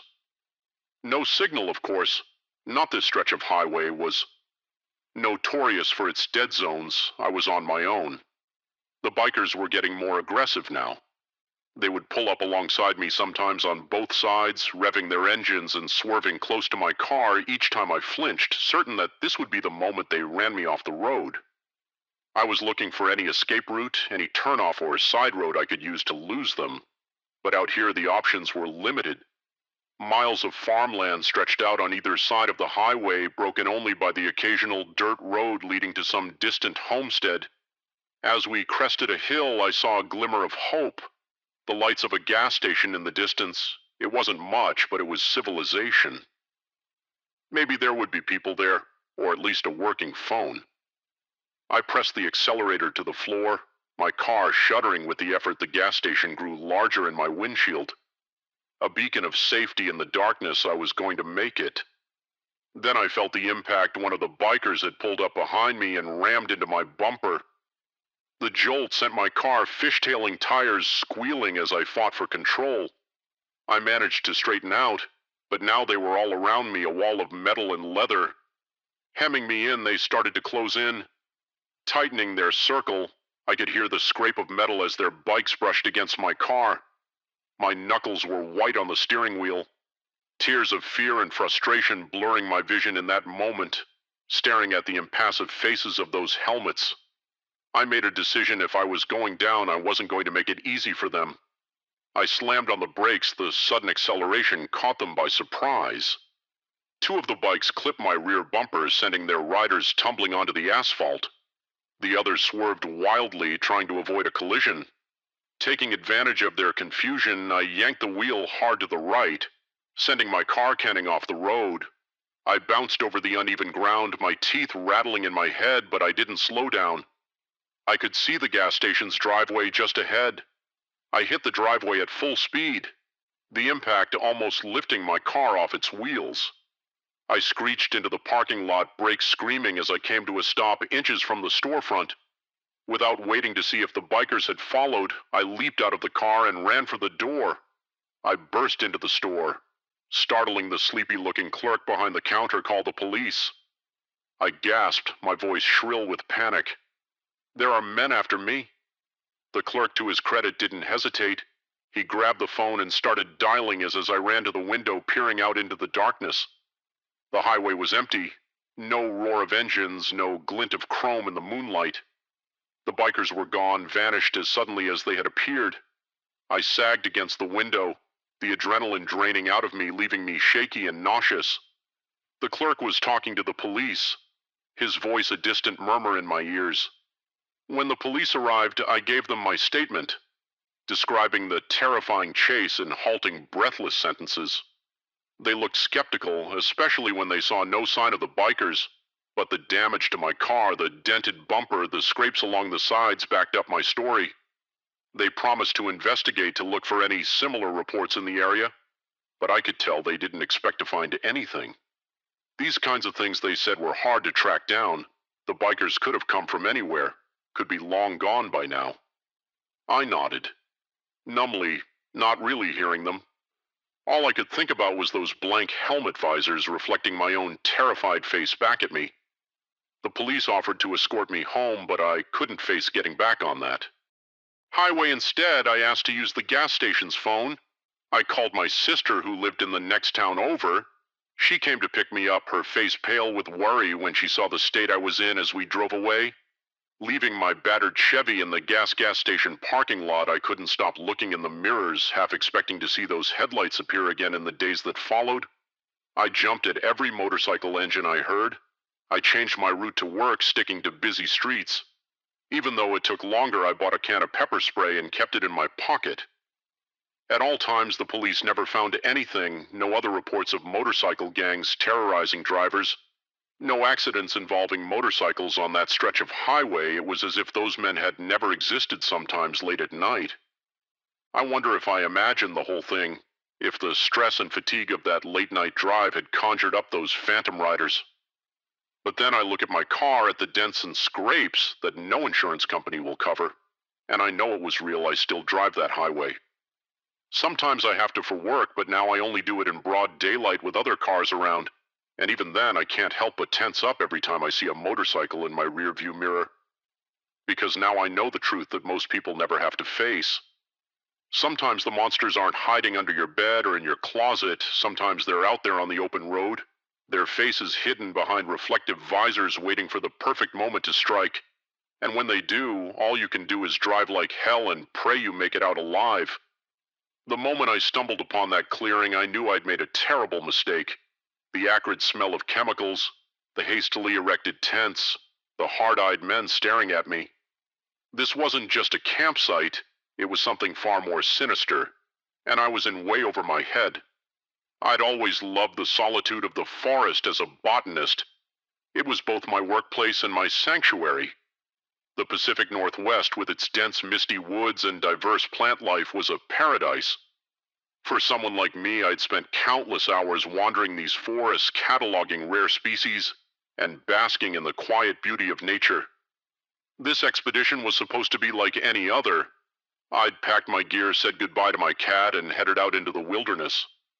For a week-long research trip, my goal was to study a rare species of orchid that was rumored to grow in this particular area. It was exciting work, the kind that could make a career. The first few days were uneventful. I hiked deeper into the forest, setting up camp each night in small clearings or beside babbling streams.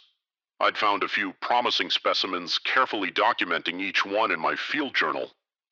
The weather was perfect, cool and crisp, with just enough sunlight filtering through the canopy to keep the chill at bay. On the fourth day, I decided to venture off the main trail. I'd heard from a local guide that the orchids I was looking for often grew in more secluded areas away from the beaten path. It was a risk, but one I felt was worth taking for the sake of my research. I'd been hiking for hours, carefully marking my path on my GPS, when I first noticed something odd. The forest had gone quiet. No birdsong, no rustle of small animals in the underbrush, just an eerie, oppressive silence that made the hair on the back of my neck stand up. I should have turned back then, but curiosity, that damn scientific curiosity that had driven me into this profession in the first place, urged me forward. Just a little further, I told myself, just over the next ridge, that's when I smelled it. A sharp chemical odor that had no place in these pristine woods. It reminded me of the labs back at the university. A mix of solvents and other less identifiable scents. My mind raced with possibilities, each more alarming than the last. I crept forward, moving as quietly as I could through the underbrush. The smell grew stronger, and I could hear voices now. Low, urgent murmur that carried on the still air, and then I saw it. The clearing, the tents. The men there were about half a dozen of them, moving purposefully between makeshift structures. I could see equipment scattered around. Not the kind used for camping or hiking, but industrial-looking machines with tubes and dials. In the center of it all was a large blue barrel. Its contents, a mystery I didn't want to solve. I knew immediately what I'd stumbled upon. A meth lab hidden deep in the forest where law enforcement rarely ventured. My heart began to race and I could feel sweat beating on my forehead. Despite the cool air, slowly, carefully, I began to back away. If I could just retreat without being noticed, I could hike back to my camp pack up and get the hell out of here. I'd report what I'd seen to the authorities once I was safely back in civilization, but fate, it seemed, had other plans. As I took another step back, my foot came down on a dry branch. The crack echoed through the clearing like a gunshot. Every head turned in my direction for a moment. Time seemed to stand still. I stood frozen, staring at the men, and they stared back. I could see the shock on their faces quickly morphing into something more dangerous. Anger, fear, determination. Then someone shouted, "Get her," and all hell broke loose. I ran like I'd never run before, crashing through the undergrowth with no regard for stealth or direction. All that mattered was putting as much distance between myself and those men as possible. I could hear them behind me, their shouts and the sound of breaking branches spurring me to greater speed. My lungs burned and my legs ached, but terror kept me moving. I had no plan, no destination in mind. The carefully marked trail I'd followed here was forgotten in my panic. I was running blind, ducking under LWH, hanging branches and leaping over fallen logs. A gunshot rang out, the sound echoing through the trees. I yelled involuntarily, ducking lower as I ran. They were shooting at me. This wasn't just about chasing away an unwanted witness anymore. These men were willing to kill to protect their operation. I don't know how long I ran. Time lost all meaning in the frantic flight through the forest, but eventually I realized I couldn't hear my pursuers anymore. The forest was quiet again, save for the sound of my own ragged breathing. I slowed to a stop, legs trembling with exertion and fear. Leaning against a tree, I tried to catch my breath and take stock of my situation. I was lost. That much was certain in my panic. I'd left the trail far behind, and I had no idea which direction would lead me back to my camp or to safety. My backpack was still at my campsite along Ong with most of my supplies. All I had on me was my field journal, a water bottle, and a small first aid kit. It wasn't much to survive on, especially if I was going to be out here for days. As my breathing slowed, I became aware of a stinging sensation on my arm. Looking down, I saw a long scratch, probably from a branch I'd run into during my escape. It was bleeding sluggishly, but didn't look too serious. Still, I cleaned and bandaged it as best I could with my limited supplies. Night was falling, the forest growing darker by the minute. I knew I needed to find shelter, but the thought of stopping, of making myself vulnerable, sent a fresh wave of panic through me. What if they were still out there searching? In the end, exhaustion made the decision for me. I found a dense thicket, crawled inside, and curled up as small as I could make myself. Sleep was impossible, but I dozed fitfully. Jerking awake at every sound, the next few days were a blur of hunger, fear, and desperate attempts to find my way back to civilization. I walked during the day, trying to follow the sun and hoping it would lead me east towards the ranger station. I knew it was somewhere in that direction. At night, I hid, too terrified to light a fire. Even as the temperature dropped, I rationed my water carefully, but it ran out on the second day. After that, I drank from streams when I could find them, praying I wouldn't get sick. Hunger was a constant companion, a gnawing ache in my belly that I tried to ignore. On the third day, I thought I heard the distant sound of a helicopter. I ran towards the noise, waving my arms and shouting, but the sound faded before I could reach a clearing. I collapsed to the ground, sobbing with frustration and fear. It was on the fourth day that I finally saw something that gave me hope. A trail marker, weathered and half hidden by foliage, but unmistakably man-made. I nearly wept with relief. Following the markers, I eventually found my way to a wider trail, and from there to a fire road I was limping by. Then my feet blistered and sore, my body weak from lack of food and sleep. But the sight of that road gave me a surge of energy. I followed it, moving as quickly as I could manage. As the sun was setting, I heard the most beautiful sound in the world, a car engine. Moments later, a Forest Service truck came around the bend. I stumbled into the middle of the road, waving my arms frantically. The ranger who picked me up was shocked by my appearance and my story. He radioed for backup immediately, and soon I was being whisked away to safety, wrapped in a blanket in the back of his truck. The aftermath was a whirlwind of police interviews, medical checkups, and debriefings with my university. The meth lab was found and dismantled, though the men operating it had long since fled. My research was put on hold indefinitely as I recovered from my ordeal. It's been months now, and I still haven't gone back into the deep forest. The thought of those quiet woods once so comforting now fills me with dread. I have nightmares about running through endless trees, nameless threats always just behind me. But I'm healing slowly, but surely I've started doing research in more accessible areas. Always with a partner now, and someday I hope to find the courage to venture back into the deep wilderness because, despite everything, I still love the forest. It's a part of me, for better or worse, I know. Now that nature isn't always benign, that dangers can lurk in the most beautiful places, but I also know that I'm stronger than I ever thought possible. I survived those terrifying days alone in the woods, outwitted those who meant me harm, and that's a kind of strength that no one can take away from me.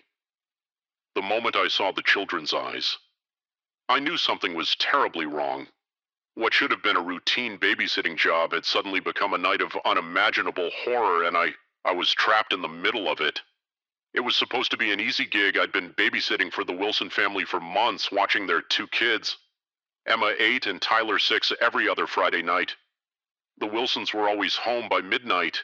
The kids were usually asleep by 9 a.m., and I got to pocket some extra cash while catching up on my homework. Win-win. This particular Friday started like any other. I arrived at 6 p.m., greeted by Mrs. Wilson's hurried instructions as she put on her earrings. Mr. Wilson was already in the car, honking the horn. Impatiently, emergency numbers are on the fridge. Kids need to be in bed by 9, no sugar after 7. Mrs. Wilson rattled off the same speech I'd heard a dozen times before. Oh, and Sarah, the kids have been a bit off lately, probably just a bug going around school. Nothing to worry about, I'm sure. With that cryptic morning, she was gone. Leaving me alone with Emma and Tyler at first, everything seemed normal. We had dinner, mac and cheese, their favorite, and I let them watch some TV while I tackled my calculus homework. But as the evening wore on, I started to notice little things. Odd things. Emma, usually chatty and full of energy, was unnaturally quiet. She sat on the couch staring at the TV, but not seeming to actually watch it. Tyler, on the other hand, couldn't seem to sit still. He paced the living room, occasionally stopping to press his ear against the wall as if listening for something. "You okay, guys?" I asked, trying to keep my voice light. "Feeling all right?" They both turned to look at me, and I felt a chill run down my spine. Their eyes. There was something wrong with their eyes. The pupils were dilated, almost completely black, and they seemed to reflect the light in an unnatural way. "We're fine, Sarah," Emma said, her voice flat and emotionless. "Everything is fine." I laughed nervously, trying to shake off the growing sense of unease. "All right, well, it's almost bedtime. Why don't you two head upstairs and get ready?" They didn't move. They just kept staring at me with those unsettling eyes. "Sarah," Tyler said, his voice unnaturally deep for a 6-year-old. "Do you want to play a game?" Before I could answer, the lights flickered once, twice, then plunged us into darkness. I heard movement in the pitch black, the sound of small feet padding across the hardwood floor. "Emma, Tyler," I called out, fumbling for my phone to use as a flashlight. "Where are you, my phone?" Screen lit up, casting an eerie blue glow around the room. The kids were gone, heart pounding. I made my way to the kitchen to find the circuit breaker. As I passed the bottom of the stairs, I heard a giggle from above. It didn't sound like Emma or Tyler. It sounded wrong. I found the breaker box and flipped the switches. The lights came back on, and I breathed a sigh of relief. But the relief was short-lived. As I turned back towards the living room, I saw something that made my blood run cold on the wall. Written in what looked horribly like blood were the words, "Come play with us." Sarah, this had to be a prank, right? Some elaborate joke the Wilsons were playing on me, but even as I thought it, I knew it wasn't true. The fear I felt was too real, too primal. I ran to the front door, thinking only of escape, but it wouldn't open. The knob turned, but it was like something on the other side was holding it shut. Emma Tyler? I shouted, my voice cracking with panic. This isn't funny. Come out right now. In response, I heard that same wrong giggle, this time coming from the kitchen. I spun around, and there they were standing side by side in the doorway, but they didn't look like Emma and Tyler anymore. Their skin was pale, almost translucent, with dark veins visible beneath the surface. Their mouths were stretched into impossible grins, revealing rows of sharp-pointed teeth. And their eyes, God, their eyes were completely black now, like bottomless pits. What's wrong, Sarah? Emma asked, her voice a raspy parody of her usual childish tone. Don't you want to play? I backed away, my mind reeling. This couldn't be happening. Things like this don't happen in real life, but the terror I felt was undeniably real. What are you? I whispered, my back pressing against the locked front door. Tyler cocked his head to the side at an unnatural angle. We are hungry, Sarah, so very hungry, and you smell delicious. They began to move towards me, their movements jerky and uncoordinated, like marionette controlled by an unskilled puppeteer. I looked around frantically for a weapon, anything I could use to defend myself. My eyes fell on the umbrella stand next to the door. Grabbed an umbrella, holding it out in front of me like a sword. Stay back, I yelled. Trying to sound braver than I felt, they paused, looking at each other with those terrible black eyes. Then in perfect unison, they began to laugh. It was a horrible sound, like nails on a chalkboard mixed with the growl of a wild animal. I took advantage of their momentary distraction to make a run for the stairs. If I could get to the second floor, maybe I could find a window to escape from. I took the stairs 2 at a time, the children's laughter echoing behind me. I burst into the master bedroom, slamming the door shut and pushing a heavy dresser in front of it. Panting, I ran to the window and tried to open it. It was stuck. I grabbed a lamp from the bedside table and smashed the glass. Not caring about the cuts I got on my hands as I was about to climb out, I heard a sound that made my heart stop from the other side of the bedroom door. Came a soft sing-song, voice Sarah. Oh, Sarah, why do you run? The fun has only just begun. The dresser began to move inch by inch as if pushed by an invisible force. I knew I was out of time. I climbed out onto the roof, the sharp edges of the broken window tearing at my clothes. The ground looked impossibly far away, but I knew I had no choice behind me. I could hear the bedroom door creaking open. I jumped. The fall seemed to last forever. Then I hit the ground, pain exploding through my leg as I landed awkwardly, but adrenaline kept me moving. I limped as fast as I could towards the street, not daring to look back. I made it to the neighbor's house, pounding on their door and screaming for help. The porch light came on, and I heard the sound of locks being undone as the door opened. I risked a glance back at the Wilson house. Emma and Tyler stood in the upstairs window, their black eyes fixed on me, those terrible grins still plastered on their faces. Then, as the neighbor pulled me inside, they vanished. The police came, of course. They searched the house, but found nothing out of the ordinary. No blood on the walls, no broken window. Emma and Tyler were asleep in their beds, seemingly normal. The Wilsons came home confused and concerned. No one believed my story. How could they? It sounded insane. Even to me, they chalked it up to stress, maybe an adverse reaction to some medication. I was sent home with a sprained ankle and a recommendation for a good therapist, but I know what I saw. I know what happened that night was real. I quit babysitting after that. I couldn't bear the thought of being alone with children again. My friends think I'm overreacting, that I'm letting one bad experience ruin something I used to love. But they didn't see what I saw. They didn't feel the terror. I felt sometimes late at night. I still hear that wrong giggle in my dreams. I see those black eyes staring at me from the darkness. And I wonder, what if it happens again? What if next time there's no escape? I don't have answers. All I know is that the world is darker and more dangerous than I ever imagined, and somewhere out there, 2 children with black eyes and sharp teeth are waiting hungry for their next victim. So if you're ever babysitting and something feels off, if the children start acting strange or their eyes seem a little too dark, don't wait. Don't try to rationalize it. Just run as fast and as far as you can because you never know when a normal night of babysitting might turn into a nightmare. The first time I saw my neighbor drag a suspiciously human-shaped bag into his basement, I told myself it was just my imagination running wild. By the third time I knew I was living next door to a monster, it all started on a perfectly ordinary Tuesday evening. I had just moved into my new rental home in a quiet suburban neighborhood, eager for a fresh start. After a messy breakup, the house was a bit old and creaky, but it had character and, more importantly, it was affordable. I was unpacking boxes in the living room when I first noticed him. My new neighbor, he was a tall, thin man with graying hair and wire-rimmed glasses from my window. I watched as he methodically mowed his perfectly manicured lawn.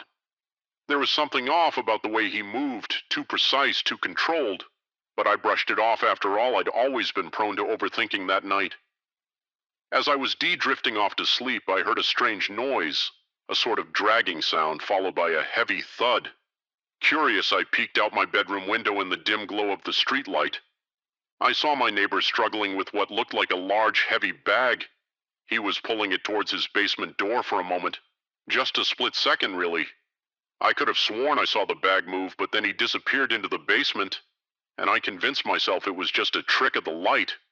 Probably just taking out some old garbage. I reasoned nothing to worry about the next morning. Everything seemed normal. I saw my neighbor leaving for work, briefcase in hand, looking every bit the respectable suburban professional. He even waved at me as he got into his car. I waved back, feeling a bit foolish for my late-night imaginings. But then it happened again and again, always late at night. Always when he thought no one was watching. The same routine, the dragging sound, the struggle with the bag, the disappearance into the basement, and each time I became more and more certain that what I was seeing wasn't normal. I started paying closer attention to my neighbor. His name was Harold. I learned from our brief interactions over the fence. He was polite, if a bit reserved. He worked as an accountant in the city. He kept to himself mostly, but that wasn't unusual in this neighborhood. But the more I watched, the more I noticed little things that didn't quite add up, like how his trash cans were always nearly empty on collection day, despite him living alone, or the strange chemical smell that sometimes wafted from his property late at night, or the way he would sometimes stand in his backyard staring into the distance with an unsettling intensity. I knew I should go to the police, but what would I tell them? That my seemingly normal neighbors sometimes dodged heavy bags into his basement at night, that I had a bad feeling about him. They'd think I was crazy, or worse, a nosy neighbor causing trouble. So I did the next best thing. I started investigating on my own. I know it sounds insane, but I couldn't just sit back and do nothing. Not when I was convinced something terrible was happening right next door. I began by keeping a detailed log of Harold's comings and goings. I noted the times he left for work, when he returned, and most importantly, when those late-night trips to the basement occurred. I even invested in a pair of binoculars for better nighttime viewing. If anyone had seen me, they would have thought I was the crazy one. As the weeks passed, a pattern emerged. The basement trips always happened on Friday nights, usually around 2 a.m., and they were always preceded by Harold returning home much later than usual, often in a car I didn't recognize. One night, emboldened by my observations and fueled by a mixture of fear and morbid curiosity, I decided to get a closer look. I waited until I saw Harold's car pull out of the driveway, then crept over to his property. The basement windows were at ground level, partially obscured by overgrown shrubs. I pushed the branches aside, my heart pounding so loudly I was sure someone would hear it. Pressing my face against the cool glass, I peered inside. What I saw haunts me to this day. The basement was immaculately clean, almost clinically, so bright fluorescent lights illuminated a space that looked more like a laboratory than a typical suburban basement. There were tables covered in equipment I couldn't identify, shelves lined with jars of mysterious substances, and in the center of it all a large metal table with straps attached. But it was what was on the walls that truly terrified me.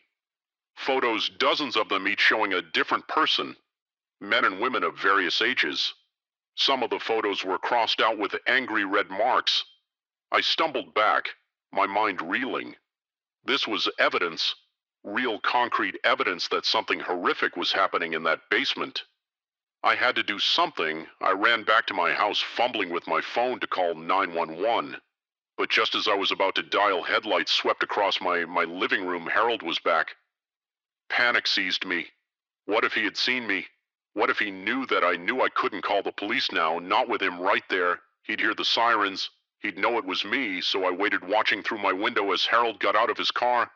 He was carrying something, a bag, just like all the other times, but this time I knew what was in it, or rather who I felt paralyzed with fear.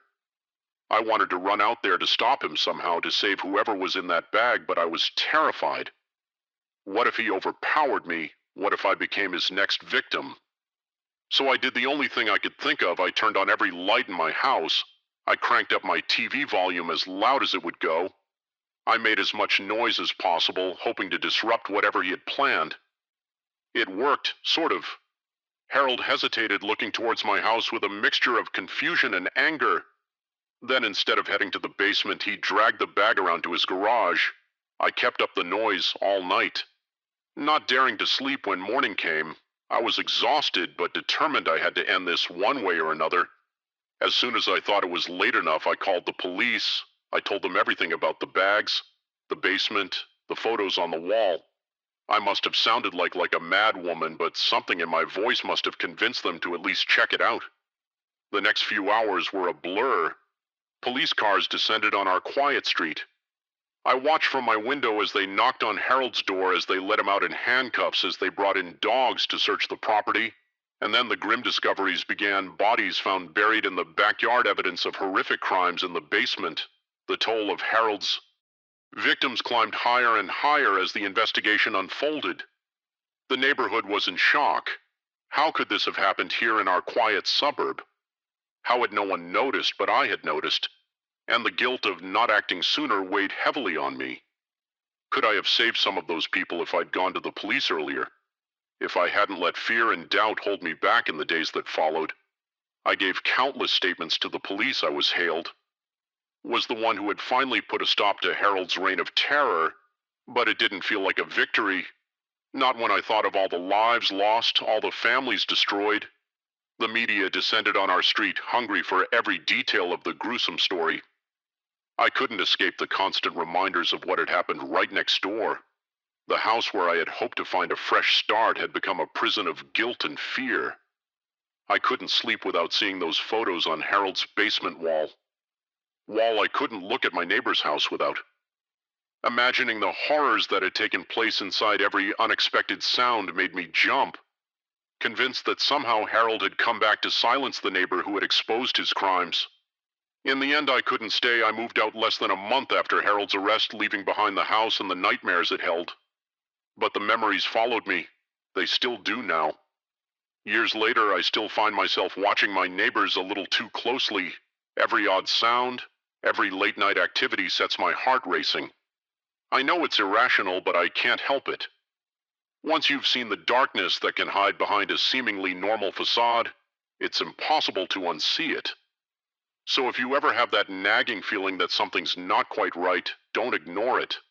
Don't let fear or doubt or the desire to mind your own business stop you from acting, because sometimes the monster isn't hiding under the bed or in the closet.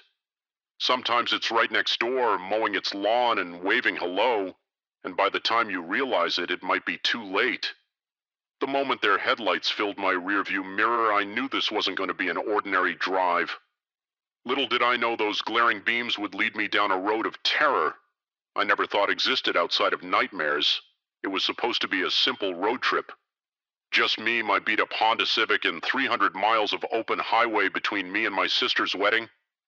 I'd made this drive a dozen times before, always opting for the scenic route that wound through the mountains rather than the crowded interstate. The views were breathtaking, and the solitude was a welcome break from my hectic city life. I left late, around 9 p.m., figuring I'd drive through the night and arrive just in time for the rehearsal dinner. The first few hours were uneventful. The radio kept me company as I navigated the dark, twisting roads, my headlights cutting through the inky blackness of the forest. On either side, it was just past midnight when I first noticed the car behind me. At first, I didn't think much of it. This road wasn't exactly busy, but it wasn't uncommon to see other travelers, even at this hour. But as the minutes ticked by, I realized they weren't passing. Or falling behind, they were maintaining a constant distance close enough that their headlights flooded my car with harsh light. I squinted. Trying to make out the vehicle in my mirror, it looked like a large pickup truck, but the glare made it hard to see any details. A sense of unease began to creep over me. Why were they following so closely? There was plenty of room to pass on this stretch of road, trying to shake off my growing paranoia. I eased my foot off the gas, slowing down to give them an opportunity to go around, but they just slowed down too, maintaining that same uncomfortably close distance. My heart started to beat a little faster. This wasn't normal behavior. I pressed down on the accelerator, pushing my old Civic faster than I usually would on these winding mountain roads. The truck kept pace effortlessly. That's when I noticed the second set of headlights. Another vehicle had joined the first, both of them now tailing me closely. My palms began to sweat as I gripped the steering wheel tighter. This couldn't be a coincidence. Two vehicles working in tandem, following me in the middle of nowhere in the dead of night. Every instinct I had was screaming that something was very, very wrong. I fumbled for my phone, thinking to call for help, only to see the dreaded "no service" WUD message on the screen. Of course, these mountain roads were notorious for their lack of cell coverage. The vehicles behind me suddenly revved their engines, the sound echoing off the trees. I jumped my car, swerving slightly before I regained control. They were toying with me. I realized like predators playing with their prey before moving in for the kill. My mind raced, trying to remember if I'd seen any towns or gas stations recently, but I knew the truth. I was miles from anywhere alone on this dark road with whoever was in those vehicles, suddenly the truck. Behind me flashed its high beam once, twice, three times. Then I heard a sound that made my blood run cold. A long, loud blast from a truck horn. It wasn't a greeting or a warning, it sounded like a signal. The second vehicle, which I could now see was some kind of SUV, suddenly accelerated. It pulled alongside my car, pacing me. I risked a glance over, but the windows were tinted dark. I couldn't see who was driving. Then, without warning, the SUV swerved towards me. I yanked the wheel hard, barely avoiding a collision. My tires screeched as I fought to keep control, heart pounding so hard I could hear it over the roar of engines. They were trying to run me off the road. Panic surged through me. This wasn't just harassment anymore. These people, whoever they were, meant to hurt me, or worse. I floored the accelerator. Pushing my poor old car to its limits, the engine whined in protest. As the speedometer crept past 80, 90, 100 miles per hour. It was madness to drive this fast on these roads, but I was beyond caring about safety. My only thought was escape. The truck and SUV kept pace, one on either side of me. Now they were trying to box me in. I realized with growing horror at these speeds, the slightest miscalculation would send us all careening off the road up ahead. I saw a turnoff, a smaller road unmarked, branching off into the darkness. In a split-second decision, I wrenched the wheel brakes, screeching as I made the turn.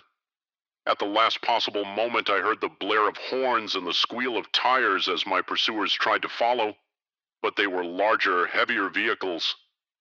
They couldn't make the turn at this speed. The new road was narrower, rougher.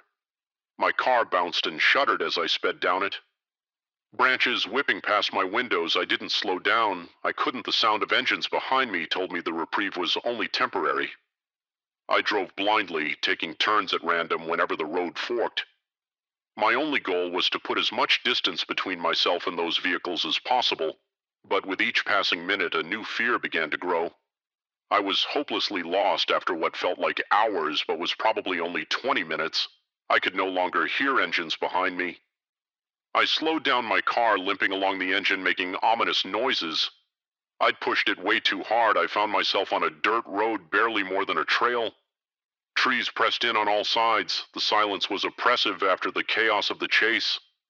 Then through the trees I saw a glimmer of light. Hope surged through me. Civilization, safety. I followed the light. The road widening slightly as I rounded a bend. I saw its source, a small gas station, its fluorescent lights a beacon in the darkness.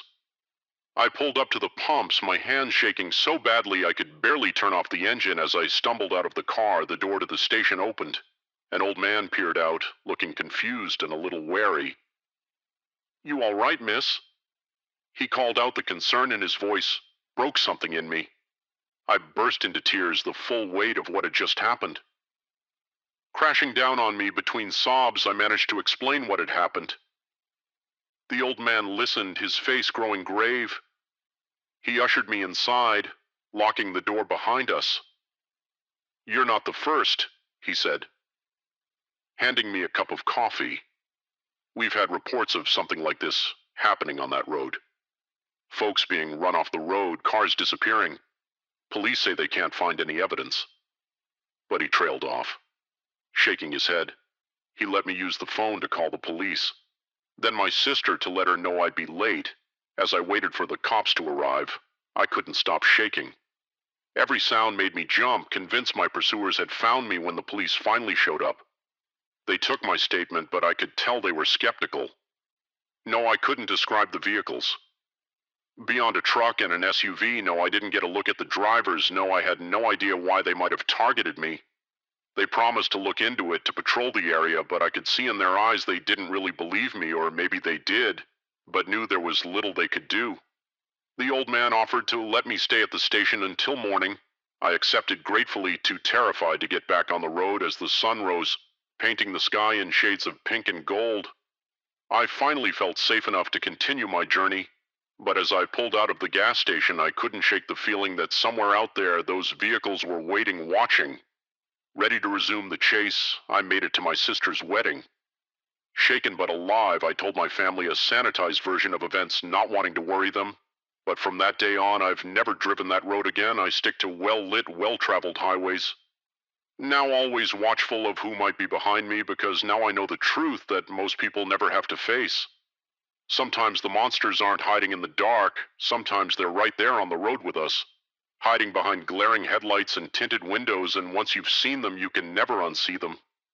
So if you're ever driving late at night and you see headlights in your rear view mirror that seem a little too close, a little too persistent, don't dismiss that feeling in your gut. It might just save your life, because out there on the dark, lonely roads, not everyone is just trying to get home. Some are hunting, and you never know when you might become the prey. The moment I saw the unmarked crates being loaded onto that plane, I knew I'd stumbled onto something I wasn't supposed to see. What I didn't realize was that my late-night shift at the airport was about to turn into a fight for my life. I'd been working the graveyard shift at Millbrook International Airport for about 6 months. It wasn't glamorous work, but it paid the bills, and I enjoyed the quiet of the airport at night. Most of the time, it was just me, a handful of security guards, and the occasional red-eye flight crew. That night started like any other. I clocked in at 11 p.m., nodded to Frank at security, and made my rounds through the cargo area. Everything was routine until about 2 a.m., when I heard the unmistakable sound of a plane taxiing. This was odd. There weren't any scheduled flights at this hour, and unscheduled landings usually came with a lot of commotion. This plane was arriving quietly, almost stealthily. Curiosity got the better of me.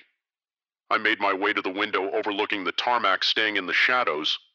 The plane was a nondescript cargo carrier, no airline markings visible. As I watched a group of men emerge from a hangar I thought was empty.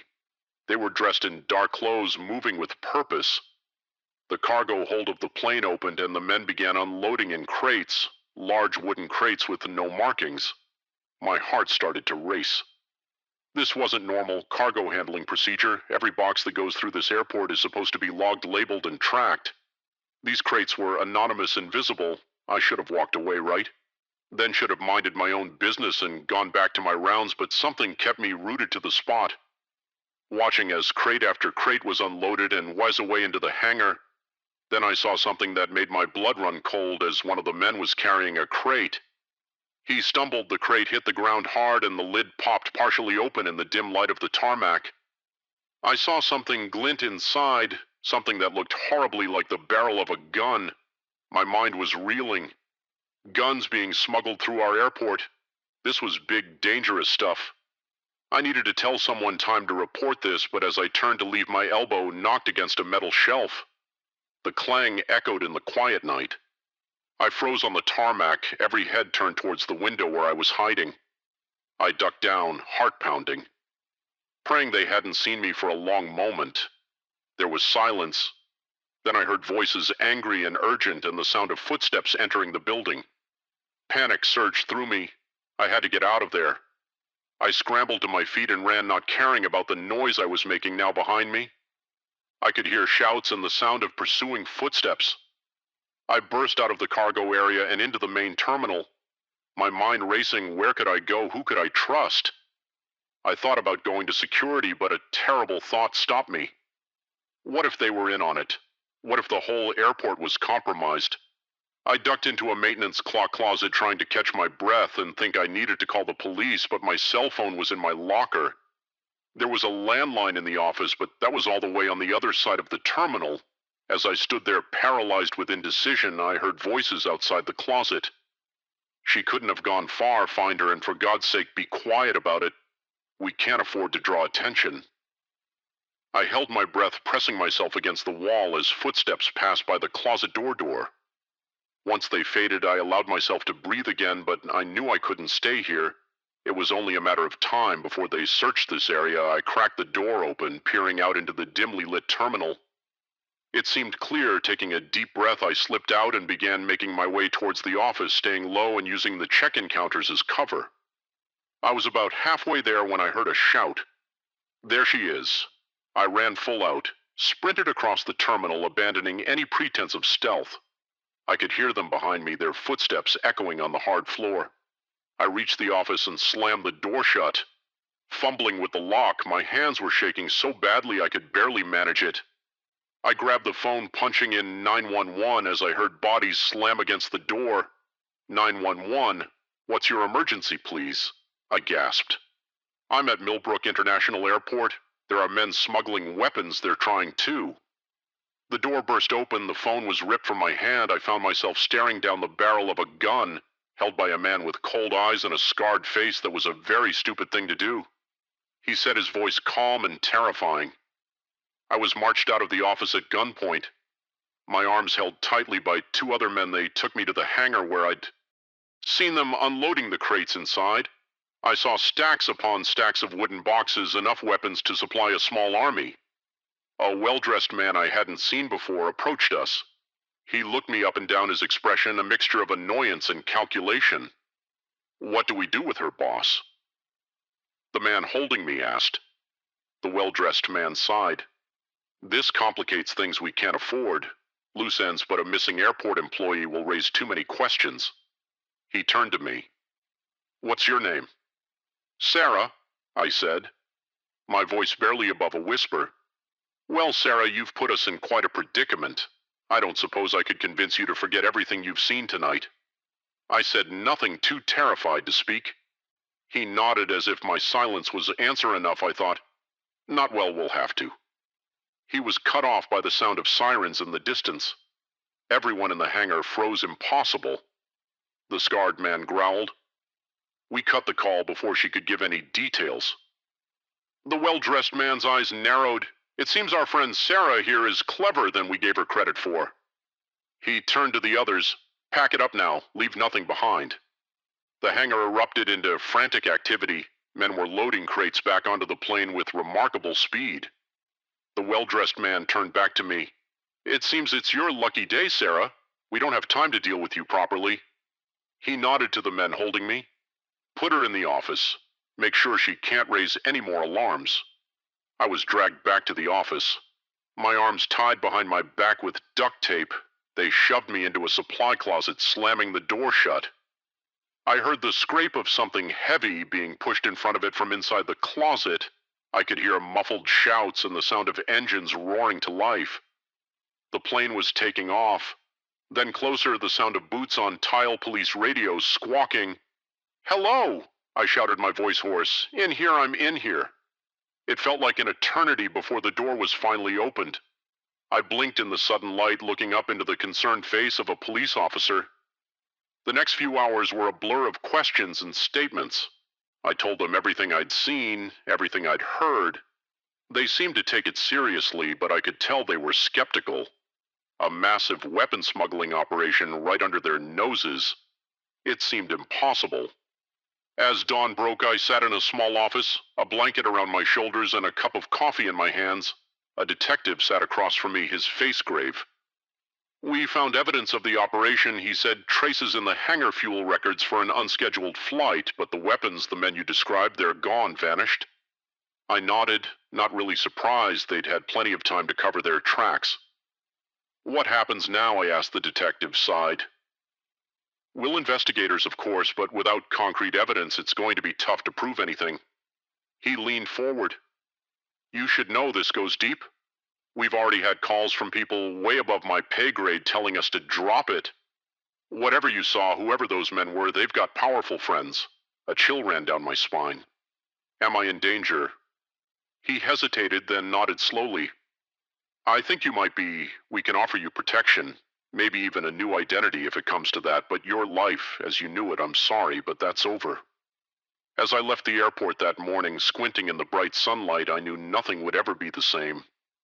My normal life had been shattered in a single night, replaced by a world of shadows and secrets. I don't work at the airport anymore. I move around a lot, always looking over my shoulder because I know the truth now I've seen behind the curtain, glimpse the dark machinery that moves beneath the surface of our world. And I know that somewhere out there those men are still operating, still smuggling, still killing, and they haven't forgotten about me, the night shift worker who saw too much and lived to tell the tale. At least for now, so if you're ever working late in an airport or anywhere else and you see something that doesn't seem quite right, think carefully before you act, because once you step into the shadows, there's no stepping back into the light. The night shift never really ends. It just gets darker. The moment I saw the blood-stained tent, I knew my peaceful hiking trip had just become a nightmare. What I didn't realize was that I was about to become the prey in a twisted game of cat and mouse. It was supposed to be a solo weekend getaway, just me and the great outdoors. I'd been planning this trip for months, meticulously mapping out my route through the Cascade Mountains as an experienced hiker. I wasn't worried about the solitude. In fact, I was looking forward to it. The first day went exactly as planned. I covered good ground. The weather was perfect and the views were breathtaking as the sun began to set. I found a nice clearing to set up camp. I had just finished my freeze-dried dinner when I decided to take a short evening walk to stretch my legs before turning in. That's when I saw it about a quarter-mile from my campsite, partially hidden. Behind some trees was another tent. At first I thought nothing of it. Other hikers weren't uncommon in these parts, even if I hadn't expected to run into anyone this far off the main trail. But as I got closer, I realized something was wrong. The tent was in disarray. One side collapsed and the entrance flap torn, and there stark against the green fabric were dark stains that could only be blood. My heart started racing. I called out, hoping that maybe someone was hurt and needed help, but only silence answered me cautiously. I approached the tent, the blood trail LED inside taking a deep breath. I steeled myself and peered in. The interior was a scene of chaos. Sleeping bags where shredded gear was strewn about and more. Blood stained the floor, but there was no body, no sign of whoever had been staying here. I stumbled back, my mind reeling. What had happened? Here was it an animal attack? But if so, where was the victim? That's when I noticed the footprints, human footprints leading away from the tent and into the dense forest. And they weren't stumbling or erratic as you'd expect from someone injured. They were purposeful, evenly spaced, like someone calmly walking away from a crime scene. A chill ran down my spine as I realized the implications. That this wasn't an animal attack. This was something much worse. I needed to get out of there fast. I turned to head back to my camp, planning to pack up and hike through the night if necessary. But as I spun around, movement caught my eye. There, partially hidden behind a tree about 50 yards away, was a figure watching me. Our eyes met for a split second before the figure darted away, disappearing into the underbrush with unnatural speed. Panic surged through me. I ran, no longer caring about stealth or leaving traces. My only thought was to get back to my camp, grab my things, and get the hell out of there. I burst into my campsite, gasping for breath. My hands shook as I tried to break down my tent, constantly glancing over my shoulder, certain I'd see that figure emerging from the trees at any moment. Just as I was shoving the last of my gear into my backpack, I heard a twig snapping. Not too far away, then another closer. This time someone was approaching and they weren't trying to be quiet anymore.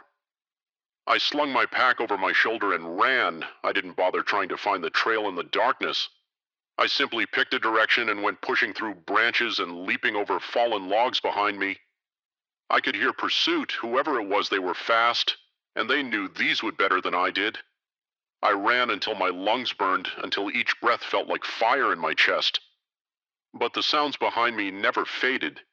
If anything, they were getting closer in my panic. I lost all sense of direction.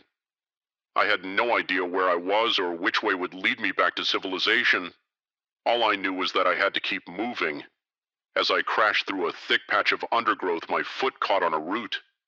I went down hard, tumbling down a steep incline. I rolled and slid, unable to stop myself, branches whipping at my face and arms. Finally, I came to a stop at the bottom of the hill. I lay there for a moment, dazed and winded as I struggled to my feet.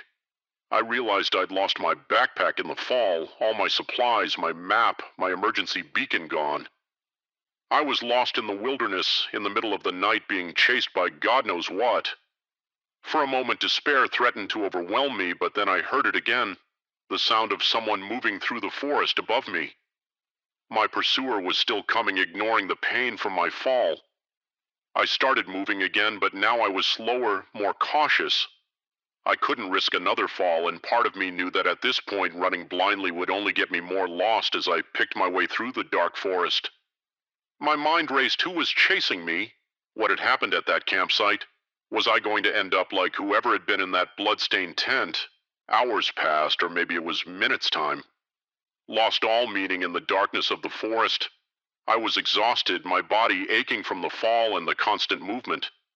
But I didn't dare stop. Just as I was beginning to think I couldn't go on, I saw something through the trees. A light, faint, but definitely there. Hope surged through me. Civilization safety. I started moving faster, pushing towards that distant glow. As I got closer, I realized it wasn't a house or a streetlight, it was a campfire. I hesitated. Was this salvation, or was I walking right into danger? But I was out of options. I was lost, injured, and whoever had been chasing me could still be out there. I had to take the risk slowly. Cautiously, I approached the campfire. As I got closer, I could make out a figure sitting by the flames, an old man with a weathered face and a long gray beard. He looked up as I stumbled into the clearing, his eyes widening in surprise. "Good Lord, child," he said, his voice growly but kind. "What happened to you?" The concern in his voice broke something in me. I collapsed by the fire, the events of the night pouring out of me in a rushed, panicked stream. The bloody tent, the figure in the woods, the chase through the darkness. The old man listened silently, his face growing grave. When I finished, he nodded slowly. "You're not the first," he said, poking at the fire with a stick. "Been hearing stories for years about hikers going missing in these parts, folks finding abandoned camps just like the one you described. Most people think it's animal attacks, bears maybe, but I've always thought there was something off about it all." He looked at me, his eyes serious. "You're lucky you found your way here. Whatever's out there, it doesn't come near my camp. Don't know why, don't much care to find out." Neither. I spent the rest of the night by the old man's fire, jumping at every sound from the forest. When dawn finally broke, he gave me directions back to the ranger station. "Be careful," he warned as I prepared to leave. "Just 'cause the sun's up don't mean you're safe. Whatever's out there, I don't much care about day or night." The hike back was tense, every rustle in the undergrowth making me flinch, but I made it to the ranger station without incident. I reported what I'd seen, but I could tell from their faces they didn't really believe me. They sent out a search party, but they never found the bloody tent or any sign of what had happened. It's been years since that night, but I still have nightmares about it. In my dreams, I'm running through an endless dark forest, always with the sense of something right behind me, reaching out with blood-stained hands. I don't go hiking anymore, at least. Not alone. The wilderness has lost its appeal for me, because now I know the truth that most people never have to face. Sometimes the real monsters aren't the animals in the woods. Sometimes they walk on two legs and hunt with a purpose that no mere beast could match. So if you're ever out in the wilderness and you come across an abandoned campsite, or if you feel eyes watching you from the trees, Don't ignore that feeling in your gut. It might just save your life. Because out there in the deep dark woods, not everyone is just enjoying nature. Some are hunting, and you never know when you might become the prey. The moment his hand closed around my wrist, I knew I'd made a terrible mistake. What had started as a night of music and freedom at the festival had suddenly become a nightmare, and I was being pulled deeper into the darkness. With each passing second, I'd been looking forward to the Sunburst Music Festival for months. 3 days of nonstop music dancing and escape from the mundane realities of my everyday life. I'd saved up, bought my ticket, and convinced my best friends Jess and Mike to come along. It was going to be the highlight of our summer. The first day was everything I'd hoped for. The energy was electric, the music pulsing through my body making me feel more alive than I had in years. Jess, Mike, and I danced until our feet ached, laughed, until our sides hurt, and marveled at the sea of people all there for the same reason to lose themselves in the music. It was during a set by my favorite DJ that things started to go wrong.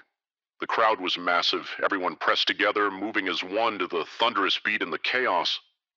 I got separated from Jess and Mike at first. I wasn't too worried we'd agreed on a meeting spot for situations like this. I figured I'd find them there after the set, but as I tried to make my way through the crowd, I felt disoriented. The press of bodies seemed suffocating. The music too loud, the flashing lights disorienting. That's when I felt a hand on my shoulder. I turned to see a guy about my age, tall, with dark hair and kind eyes. He smiled, leaning in close so I could hear him over the music. "You okay?" he shouted. "You look a little lost." I nodded. Grateful for the concern, I got separated from my friends. I yelled back. He nodded in understanding. "I can help you find them if you want." I'm Tom, by the way. I hesitated for a moment. My parents had always warned me about strangers, but this was a music festival. Everyone was a stranger here, and Tom seemed genuinely nice. Plus, I reasoned we were surrounded by thousands of people. What could go wrong? "I'm Sarah," I replied, "and yeah, that would be great." "Thanks." Tom took my hand to avoid losing me in the crowd, he said, and began leading me through the mass of dancing bodies. I noticed we were moving away from the main stage towards the outskirts of the festival grounds. "Where are we going?" I asked, having to shout to be heard over the music. "It's too crowded here." Tom replied, "We'll have a better chance of spotting your friends from the hill over there." It made sense, so I followed. As we got further from the main crowd, the music became a distant thrum. The festival lights didn't reach this far, and the darkness pressed in around us. A tendril of unease began to curl in my stomach. "Maybe we should go back," I suggested, "and my friends are probably looking for me." Tom's grip on my hand tightened just a little further. He insisted. "Trust me, that's when I saw them. Two other men, lurking in the shadows near a cluster of trees. They straightened as we approached, and I saw one of them smile. It wasn't a friendly smile. Fear shot through me like an electric current. I tried to pull my hand away, but Tom's grip was like iron. "Let go of me," I demanded, panic rising in my voice. Tom turned to me, and the kindness I'd seen earlier was gone from his eyes. In its place was something cold and predatory now. Now he said, his voice low and menacing, "Don't make a scene you wouldn't want to ruin. Everyone's good time, would you?" I opened my mouth to scream, but before I could stood, one of the other men was behind me. A hand clamped over my mouth. I struggled, kicking and thrashing, but they were too strong. "Feisty one, isn't she?" The third man chuckled. "This is going to be fun." Terror consumed me. This couldn't be happening.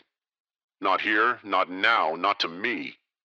They started dragging me towards a van I hadn't noticed before, parked just beyond the tree line. My mind raced. Once they got me in that van, it would be over. I had to do something, anything, in desperation. I went limp, letting my full weight drop. Suddenly it caught them by surprise. The man holding me stumbled, his grip loosening just enough for me to wrench free. I ran faster than I ever had in my life. My heart pounding so hard I thought it might burst from my chest. I could hear them behind me shouting.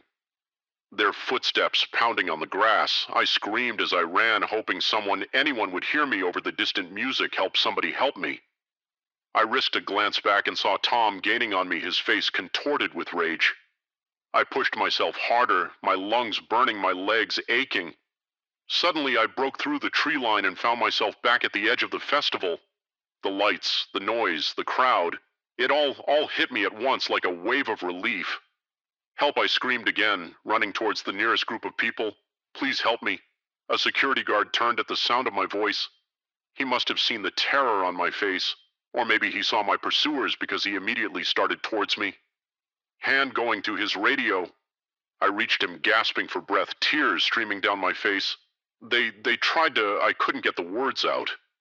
The guard put a protective arm around me, speaking rapidly into his radio. I turned to see Tom and his friends skid to a stop at the edge of the crowd. For a moment our eyes met, then they turned and melted back into the darkness. What followed was a blur.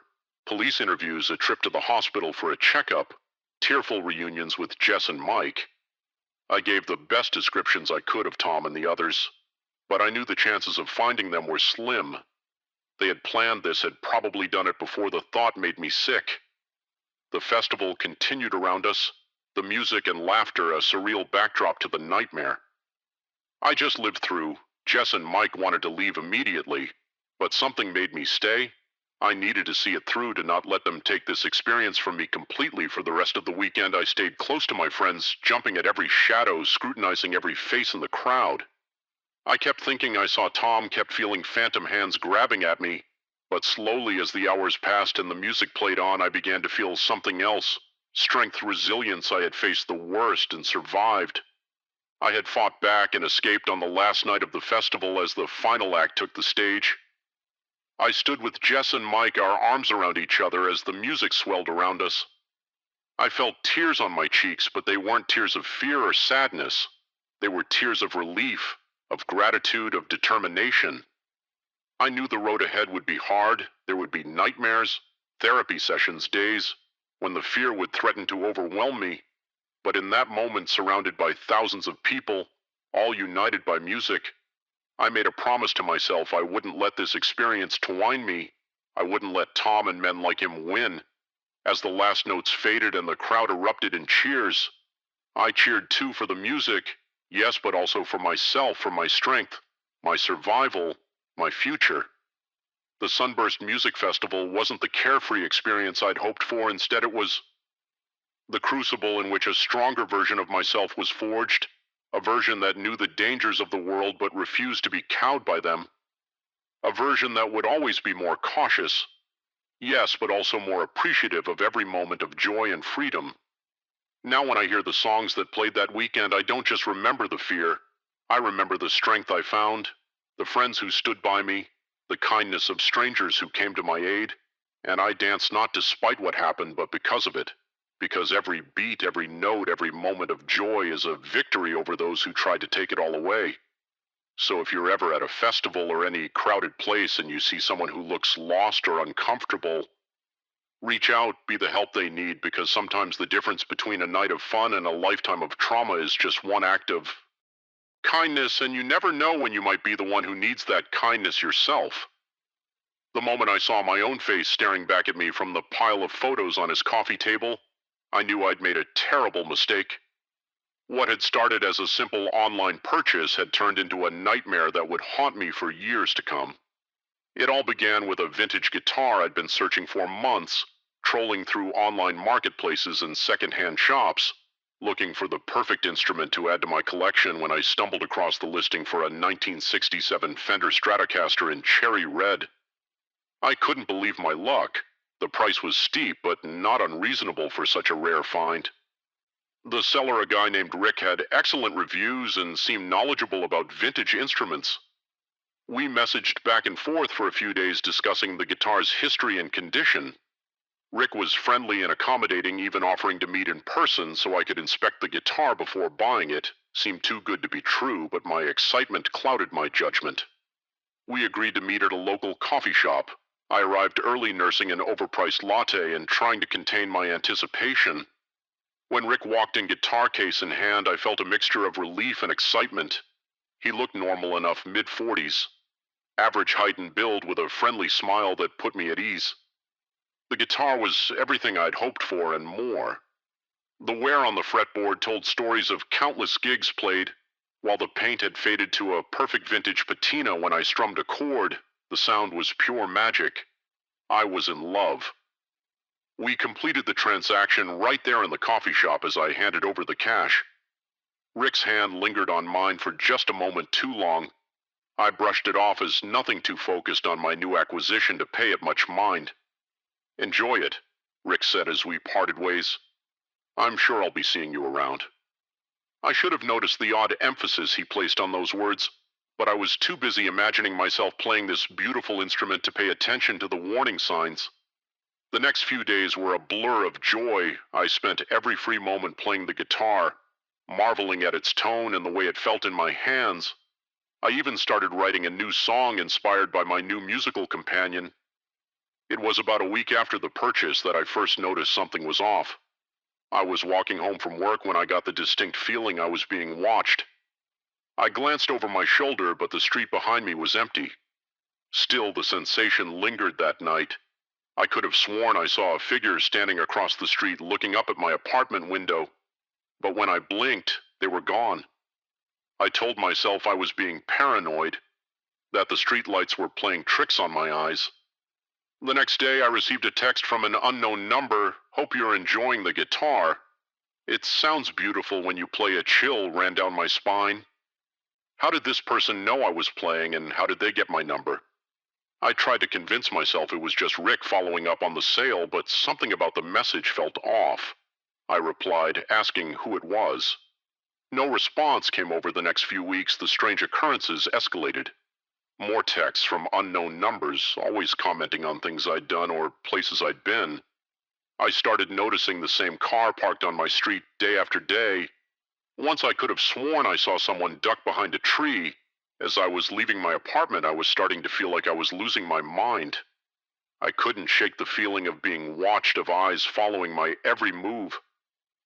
I stopped playing the guitar irrationally, feeling like it was somehow connected to these events. Then came the photos. They started showing up in my mailbox, pictures of me going about my daily life, me at work, at the grocery store, meeting friends for dinner, all taken from a distance without my knowledge. With each new photo, my fear grew.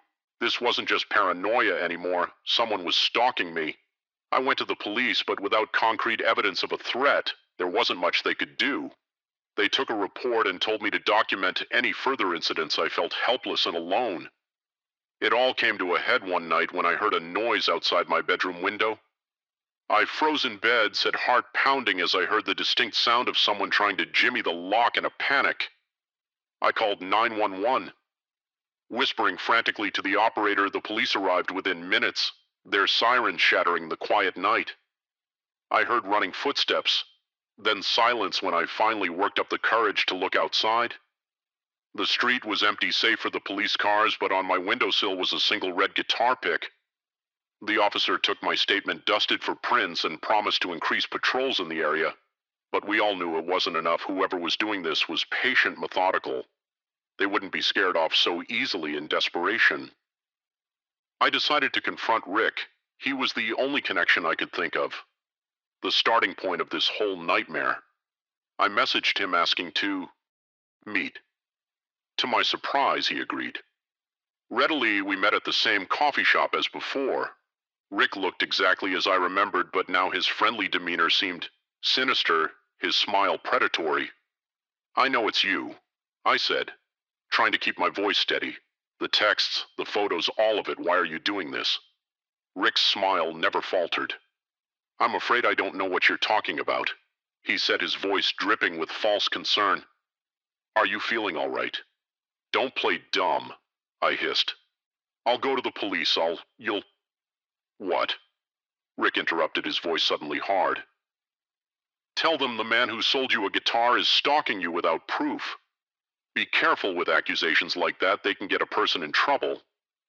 The threat was clear. I left the coffee shop shaken, no closer to answers, but now certain of Rick's involvement that night. I couldn't sleep. Every creak of the building, every car passing outside had me on edge. Around 2 a.m., I heard a key turning in my front door lock. Panic surged through me. I grabbed my phone ready to call 911 and looked around frantically for a weapon. The guitar was leaning against the wall. I grabbed it, hefting it like a club. The door opened slowly. A figure stepped inside. "I told you I'd be seeing you around." Rick's voice came from the darkness. I didn't think I swung the guitar with all my might. There was a sickening crunch as it connected with Rick's head. He went down hard. I stood there shaking the ruined guitar still in my hands as Rick lay motionless on my floor with trembling fingers. I called 911 for the second time that week. What followed was a blur of police interviews, legal proceedings, and therapy sessions. The full extent of Rick's obsession came to light. He had been stalking not just me, but several other musicians who had bought instruments from him. My apartment was filled with evidence, photos, notes, detailed logs of my daily routines. In the end, Rick went to prison and I was left to pick up the pieces of my life. The vintage Stratocaster, the object that had started it all, was held as evidence for months before being returned to me.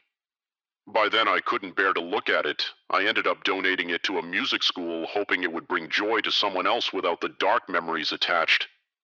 It's been years since that night, but the effects linger. I still check over my shoulder when I walk down the street. I triple-check my locks every night, and I never ever buy anything online without thoroughly vetting the seller. The experience changed me, made me more cautious, more aware of the potential dangers lurking behind seemingly innocent interactions, but it also showed me my own strength, my ability to fight back when cornered. I still play guitar, though it took me a long time to pick one up again. Now when I play, it's not just for the love of music, but as an act of defiance. Each note is a reminder that I survived, that I didn't let fear win. So if you're ever buying something online, especially if it involves meeting the seller in person, be careful, trust your instincts, and remember that sometimes the most dangerous predators are the ones hiding behind a friendly smile and a too-good-to-be-true offer. Because you never know when a simple purchase might turn into a fight for your safety, your sanity, and your life. The moment I saw the blinking red light in the corner of the bedroom, I knew my peaceful getaway had turned into a living nightmare. What I didn't realize was that this discovery was just the beginning of a terrifying game of cat and mouse that would push me to my limits. I'd been looking forward to this cabin retreat for months after a grueling year at work. I needed some time alone to decompress and recharge when I found the listing for a secluded cabin in the woods. It seemed perfect. The photos showed a cozy interior, a wraparound porch with a stunning view of the mountains, and best of all, no Wi-Fi or cell service. A true escape from the world. The drive up was beautiful, winding through forests that were just starting to show the first hints of fall color. As I pulled up to the cabin, I felt the stress of the past year starting to melt away. The cabin was everything the listing had promised, and more rustic but comfortable, with a well-stocked kitchen and a fireplace that looked perfect for chilly evenings. I spent the first day hiking, exploring the trails around the property. The silence was intoxicating, broken only by the sound of birds and the crunch of leaves under my boots. That night I made a simple dinner and settled in front of the fire with a book, feeling more relaxed than I had in years. It wasn't until the second night that things started to feel off. I was getting ready for bed when I noticed something strange, a tiny red light blinking steadily in the corner of the bedroom.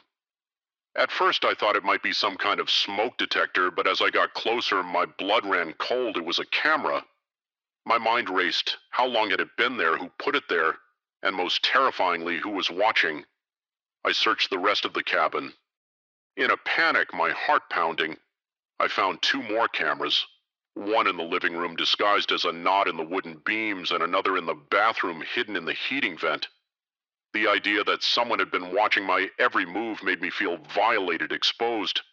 I wanted to run to get in my car and drive as far away as possible, but it was the middle of the night, and the road down the mountain was treacherous. Even in daylight, I was trapped at least until morning. I didn't sleep that night. I sat in the living room, a kitchen knife clutched in my hand, jumping at every creak and groan of the old cabin. As the first light of dawn broke through the windows, I made a decision. I wasn't going to be a victim. I was going to find out who was behind this and make them pay. I started by disabling the cameras, covering them with duct tape I found in a kitchen drawer. Then I began searching the cabin more thoroughly, looking for any clues about who might own it. In a desk in the study, I found a stack of old papers. Most were mundane utility bills, renovation receipts. But at the bottom of the pile was something that made my skin crawl. A notebook filled with handwritten entries. As I flipped through it, I realized with growing horror that it contained detailed observations of previous guests, what they did, what they ate, even transcriptions of private conversations. This wasn't just voyeurism, this was something much more twisted. Just as I was processing this discovery, I heard a sound that made my blood freeze. A car pulling up outside the cabin. Whoever was behind this was here. I panicked. Should I confront them? I'd try to make a run for it in the end. Instinct took over. I grabbed the notebook and ran upstairs, hiding in a closet just as I heard the front door open. Footsteps echoed through the cabin, slow and deliberate. I could hear someone moving from room to room, pausing occasionally, checking the cameras. I realized they knew something was wrong. Come out. Come out. Wherever you are, a voice called, sickeningly playful. I know you're here. I saw you find my little toys. I held my breath, trying to make myself as small as possible in the cramped closet.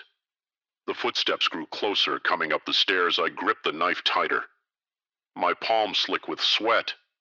The bedroom door opened. I could see a sliver of the room through a crack in the closet door. A man entered, tall and lean, with a face that might have been handsome if not for the cold, predatory look in his eyes. "You're a clever one, aren't you?" he said, his voice echoing in the quiet room. "But this is my game, and I know all the hiding spots." He moved towards the closet. I tensed, ready to fight for my life. Just as his hand reached for the closet door, a miracle happened. A phone rang. Not mine. I'd left it in the car, useless without service. It was his. He paused, then pulled out a cell phone when he snapped into it. He listened for a moment, his face darkening. "No, not now. I'm in the middle of fine. I'll be there in an hour." He ended the call with a curse, then looked around the room one last time. "Don't go anywhere," he said, his voice dripping with menace. "I'll be back to finish our game." I listened as he stormed out of the cabin, a car engine roaring to life outside. Only when the sound had faded. Completely did I allow myself to breathe. I knew I had a small window of opportunity and I couldn't waste it. I ran downstairs and out to my car, my hands shaking so badly I could barely get the key in the ignition as I sped. Down the mountain road, my mind raced. I couldn't go to the local police. For all I knew, he could have connections there. I needed to get as far away as possible. I drove for hours, not daring to stop, constantly checking my rearview mirror for signs of pursuit. It wasn't until I'd crossed 2 state lines that I finally felt safe enough to pull over at a rest stop. As the adrenaline wore off, the full weight of what had happened hit me. I broke down sobbing in my car, overwhelmed by fear, relief, and lingering violation when I collected myself. I knew what I had to do. I drove to the nearest FBI field office and turned over everything, my story.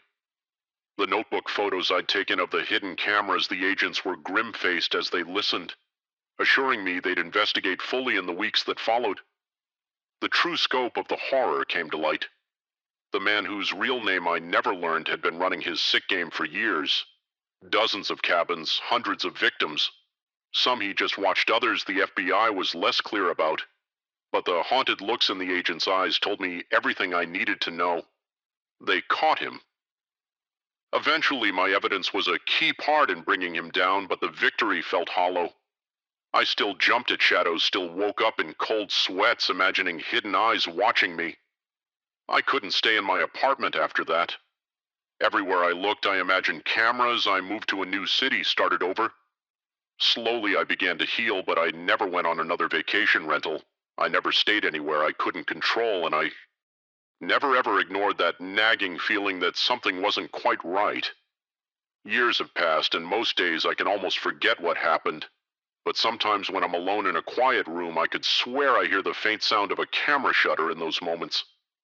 The fear comes rushing back as fresh as it was in that cabin. I share my story now as a warning to remind people that the world can be a dangerous place, that evil can hide behind the most picturesque facades, but also to show that it's possible to survive, to fight back, to reclaim your life. So the next time you're in a new place and something feels off, don't ignore it. Don't let politeness or discomfort keep you from asking questions, from protecting yourself, because you never know when a dream vacation might turn into a nightmare. And in the game of cat and mouse, it's always better to be the cat. The first time I heard the screams coming from next door, I told myself it was just the TV. By the third night, I knew I was living next to a monster. What I didn't realize was how deep the rabbit hole of horror truly went. I'd only been in my new apartment for a week when it started. The building was old, a bit run down, but it was all I could afford on my entry-level salary. My neighbor, a middle-aged man named Frank, had seemed friendly enough when I moved in. He'd even helped me carry a few boxes up the stairs. "Welcome to the building," he'd said with a smile that didn't quite reach his eyes. "I'm sure you'll love it here." Those words would come back to haunt me in the weeks that followed. It was a Tuesday night when I first heard it. A muffled scream quickly cut off. I sat up in bed, heart pounding, straining my ears in the darkness, but all I heard was silence. I convinced myself it was just a nightmare, or maybe someone's TV turned up too loud. I drifted back to sleep, uneasy but unwilling to consider the alternatives. The next night it happened again, this time. I was sure I wasn't dreaming. The scream was unmistakable, filled with terror and pain. It seemed to be coming from apartment. I pressed my ear against the wall. Listening intently, I heard shuffling, a thud, then silence. My hand hovered over my phone, 911 already dialed. But what would I say that I heard a scream, that my neighbor might be doing something suspicious? It seemed ridiculous in the quiet of the night. I deleted the numbers, telling myself I'd talk to Frank in the morning. Maybe he was just having nightmares, but when I saw Frank the next day, he seemed perfectly normal. He nodded hello as we passed in the hallway. That same not quite right smile on his face. I wanted to ask him about the noises, but the words stuck in my throat. What if I was wrong? What if I was just being paranoid that night? I waited, ears straining for any sound. Around 2 a.m. It came, not a scream this time, but a series of thumps, like something heavy being dragged AC across the floor.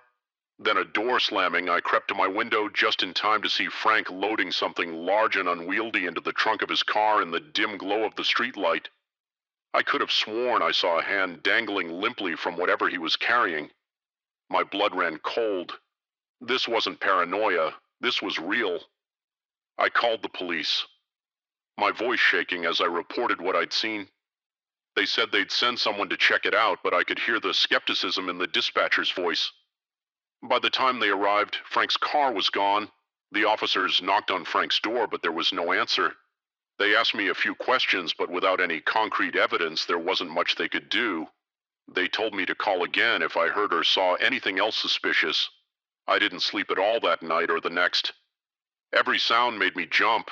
Every shadow seemed to hide unspeakable horrors. I started researching Frank online, looking for anything that might confirm my suspicions, but he was a ghost.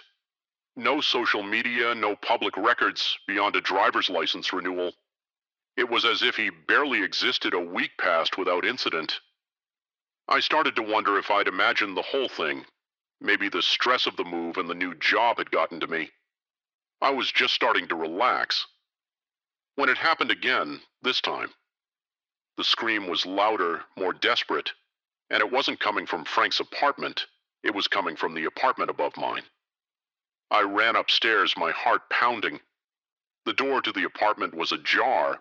I pushed it open, calling out, "Hello, is everyone okay?" The scene that greeted me will haunt me for the rest of my life. The apartment was empty of furniture, the floors covered in plastic sheeting, and there in the center of the room was Frank. He was standing over a young woman bound to a chair, a knife in his hand. Both have turned to look at me. Frank's eyes wide with surprise. The woman's filled with desperate hope. For a moment, we all froze. Then Frank lunged at me. I don't remember consciously deciding to fight one moment. I was standing in the doorway the next. I was grappling with Frank, struggling to keep the knife away from my throat. Crashed into walls, knocked over lamps. I was running on pure adrenaline and fear. Somehow I managed to knee him in the groin. He doubled LED over, and I took the opportunity to grab a nearby lamp. I swung it with all my might. connecting with his head. Frank went down hard, panting. I ran to the woman, quickly untying her run. I gasped, "Call the police." She didn't need to be told twice. As soon as she was free, she bolted from the apartment. I could hear her footsteps pounding down the stairs. I turned back to Frank, ready to make sure he stayed down until the police arrived, but he was gone. A trail of blood led to the open window. I rushed over, looking out, just in time to see him disappearing down the fire escape. The police arrived minutes later, but it was too late. Frank had vanished. What followed was a nightmare of police interviews, crime scene investigators, and horrifying discoveries. The plastic-covered apartment wasn't the only one. There were 3 others in the building, all rented under false names, all set up for God knows what. Horrors, and Frank, it turned out, wasn't Frank at all. His real name was Gerald Hartley, and he was wanted in connection with a string of disappearances across 3 states. The woman I'd saved was his latest victim, but far from his first. The full extent of his crimes came to light over the following weeks. The bodies found buried in the woods outside of town, the trophies discovered hidden in the walls of his apartment. The videos, I couldn't bring myself to watch them, but the haunted looks on the detectives and faces told me everything I needed to know. I couldn't stay in the apartment after that. Every creak, every shadow reminded me of that night. I moved in with a friend while I looked for a new place, jumping at every unexpected sound. Gerald Hartley was caught eventually trying to cross the border into Canada. The trial was a media circus. I had to testify, had to relive that night in excruciating detail. Seeing him in the courtroom, his eyes cold and empty, made me realize how close I'd come to being another one of his victims. He was sentenced to life in prison, no possibility of parole, but even that didn't make me feel safe. I kept wondering how many others like him were out there hiding behind friendly smiles and offers to help carry boxes. It's been years now, and I've managed to rebuild my life. I have a new apartment in a secure building with plenty of neighbors and a top-of-the-line security system. I've gone through therapy, learned coping mechanisms for the PTSD and anxiety. But I've never forgotten. I still check the locks 3 times before I go to bed. I still wake up. Sometimes heart racing. Sure, I've heard a scream in the night, and I never ever ignore that gut feeling when something seems off. I share my story now as a warning to remind people that evil can hide in plain sight, that the monster next door might look just like everyone else. But also to show that it's possible to fight back, to survive, to make a difference. So the next time you hear something strange in the night, don't just turn over and go back to sleep. Don't assume it's nothing, because sometimes the difference between life and death, between saving a life or losing one eye, is just a willingness to get involved. And remember, the most dangerous predators are often the ones hiding in plain sight right next door. The moment I saw the unmarked van pull up to the loading dock at 2 a.m., I knew something was terribly wrong. What I didn't realize was that my boring night shift was about to turn into a fight for my life, and a desperate race to expose a conspiracy that went far deeper than I could have ever imagined. I'd been working as a night security guard at Glenwood Tech for about 6 months. It was a mind-numbingly dull job most nights. Just me and the hum of fluorescent lights in an empty office building. I spent most of my time doing rounds, checking doors, and trying not to fall asleep. That night started like any other. I clocked in at 10 p.m., nodded to the day shift guard as he left, and settled in for another uneventful 8 hours. I did my first round at 11 o'clock, noting nothing out of the ordinary. The labs were locked up tight, the server room secure, everything as it should be. It was during my 2 a.m. round that things started to get weird. As I was passing by a window overlooking the rear parking lot, I noticed a white van pulling up to the loading dock. This was unusual for 2 reasons.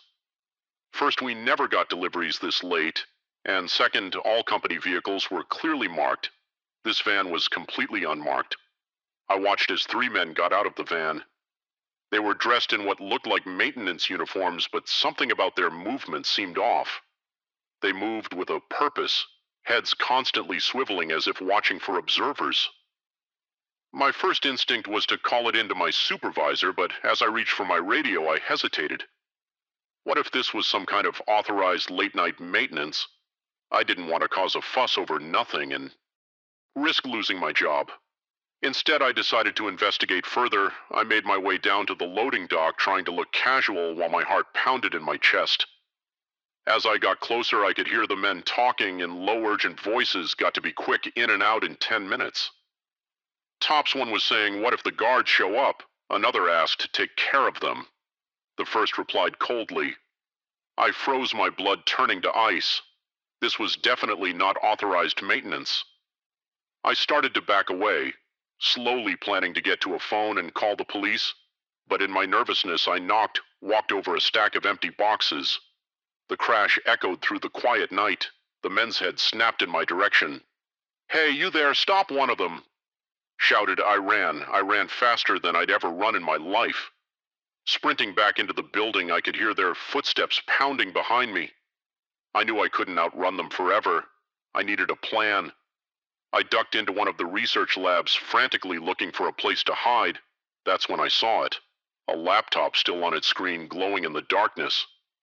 Without thinking, I rushed over to it. The computer belonged to Dr. Sarah Chen, one of Glenn Wood's top researchers, and it was open to a folder labeled Project Blacklight.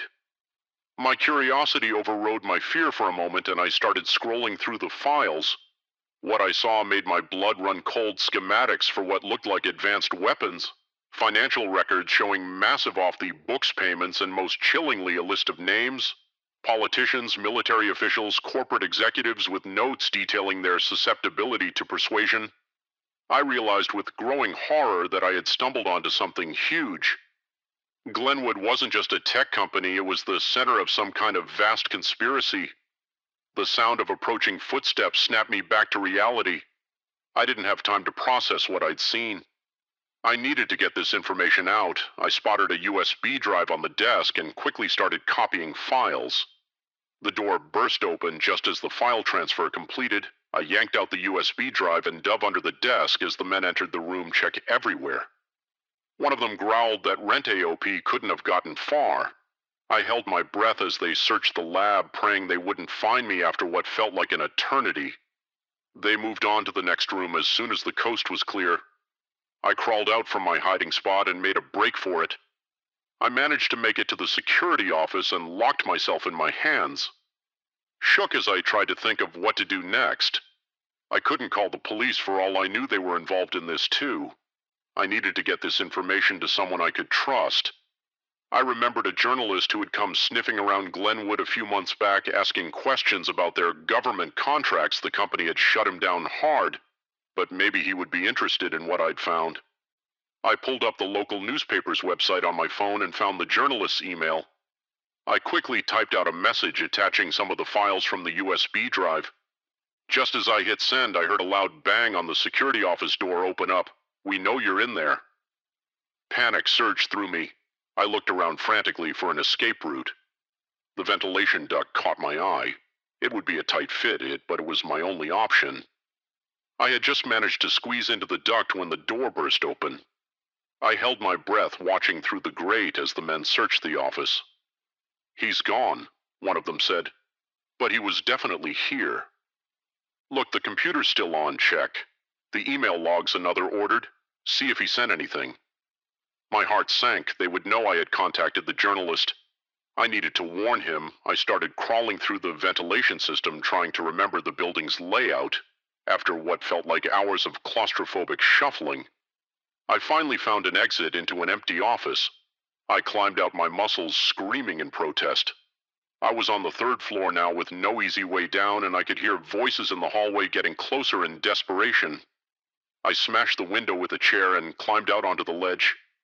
The ground looked impossibly far away, but I could see my car in the parking lot if I could just reach it. I inched my way along the ledge, trying not to look down. When I reached the corner of the building, I saw a drain pipe. It was risky, but it was my only shot. I grabbed the pipe and started sliding down the rough metal. Tearing at my hands about halfway down, the pipe creaked ominously before I could react. It tore away from the wall. I fell, landing hard on a dumpster below. Pain exploded through my body, but adrenaline kept me moving. I rolled off the dumpster and limped as fast as I could to my car. I could hear shouts behind me as I peeled out of the parking lot in my rearview mirror. I saw the white van in pursuit. What followed was the most terrifying car chase of my life. I weaved through the empty early morning streets, the van always right behind me. I finally lost them by driving through a construction site, narrowly avoiding disaster multiple times when I was sure I wasn't being followed anymore. I headed for the newspaper office. I needed to make sure the journalist got my message and understood the danger he was in. The next few weeks were a blur of police interviews, FBI investigations, and media frenzy. The files I had stolen blew the lid off a massive conspiracy involving defense contracts, illegal weapons development use, and political manipulation. Arrests were made, companies were shut down, and the ripples spread through the highest levels of government and industry. I was hailed as a whistleblower and a hero, but even as the story unfolded in the national news, I couldn't shake the feeling that it wasn't over, that somewhere out there, the real masterminds behind Project Blacklight were watching, waiting, planning their next move. I was right to be paranoid. 3 months after that night, an attempt was made on my life. I've been in witness protection ever since, looking over my shoulder, never staying in one place too long.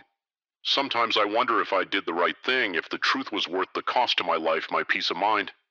But then I remember the weapons I saw, the lists of names, the scale of what they were planning, and I know that no matter the personal cost, exposing the truth was the only choice I could have made. So if you're ever working a boring night shift and you see something that doesn't seem quite right, don't ignore it. Don't tell yourself it's nothing. Because sometimes the most mundane job can turn into the front lines of a battle between good and evil. And in that moment, you might be the only one standing between the truth and those who would bury it. Just be prepared for the consequences, because once you step into the light, the shadows will do anything to drag you back in.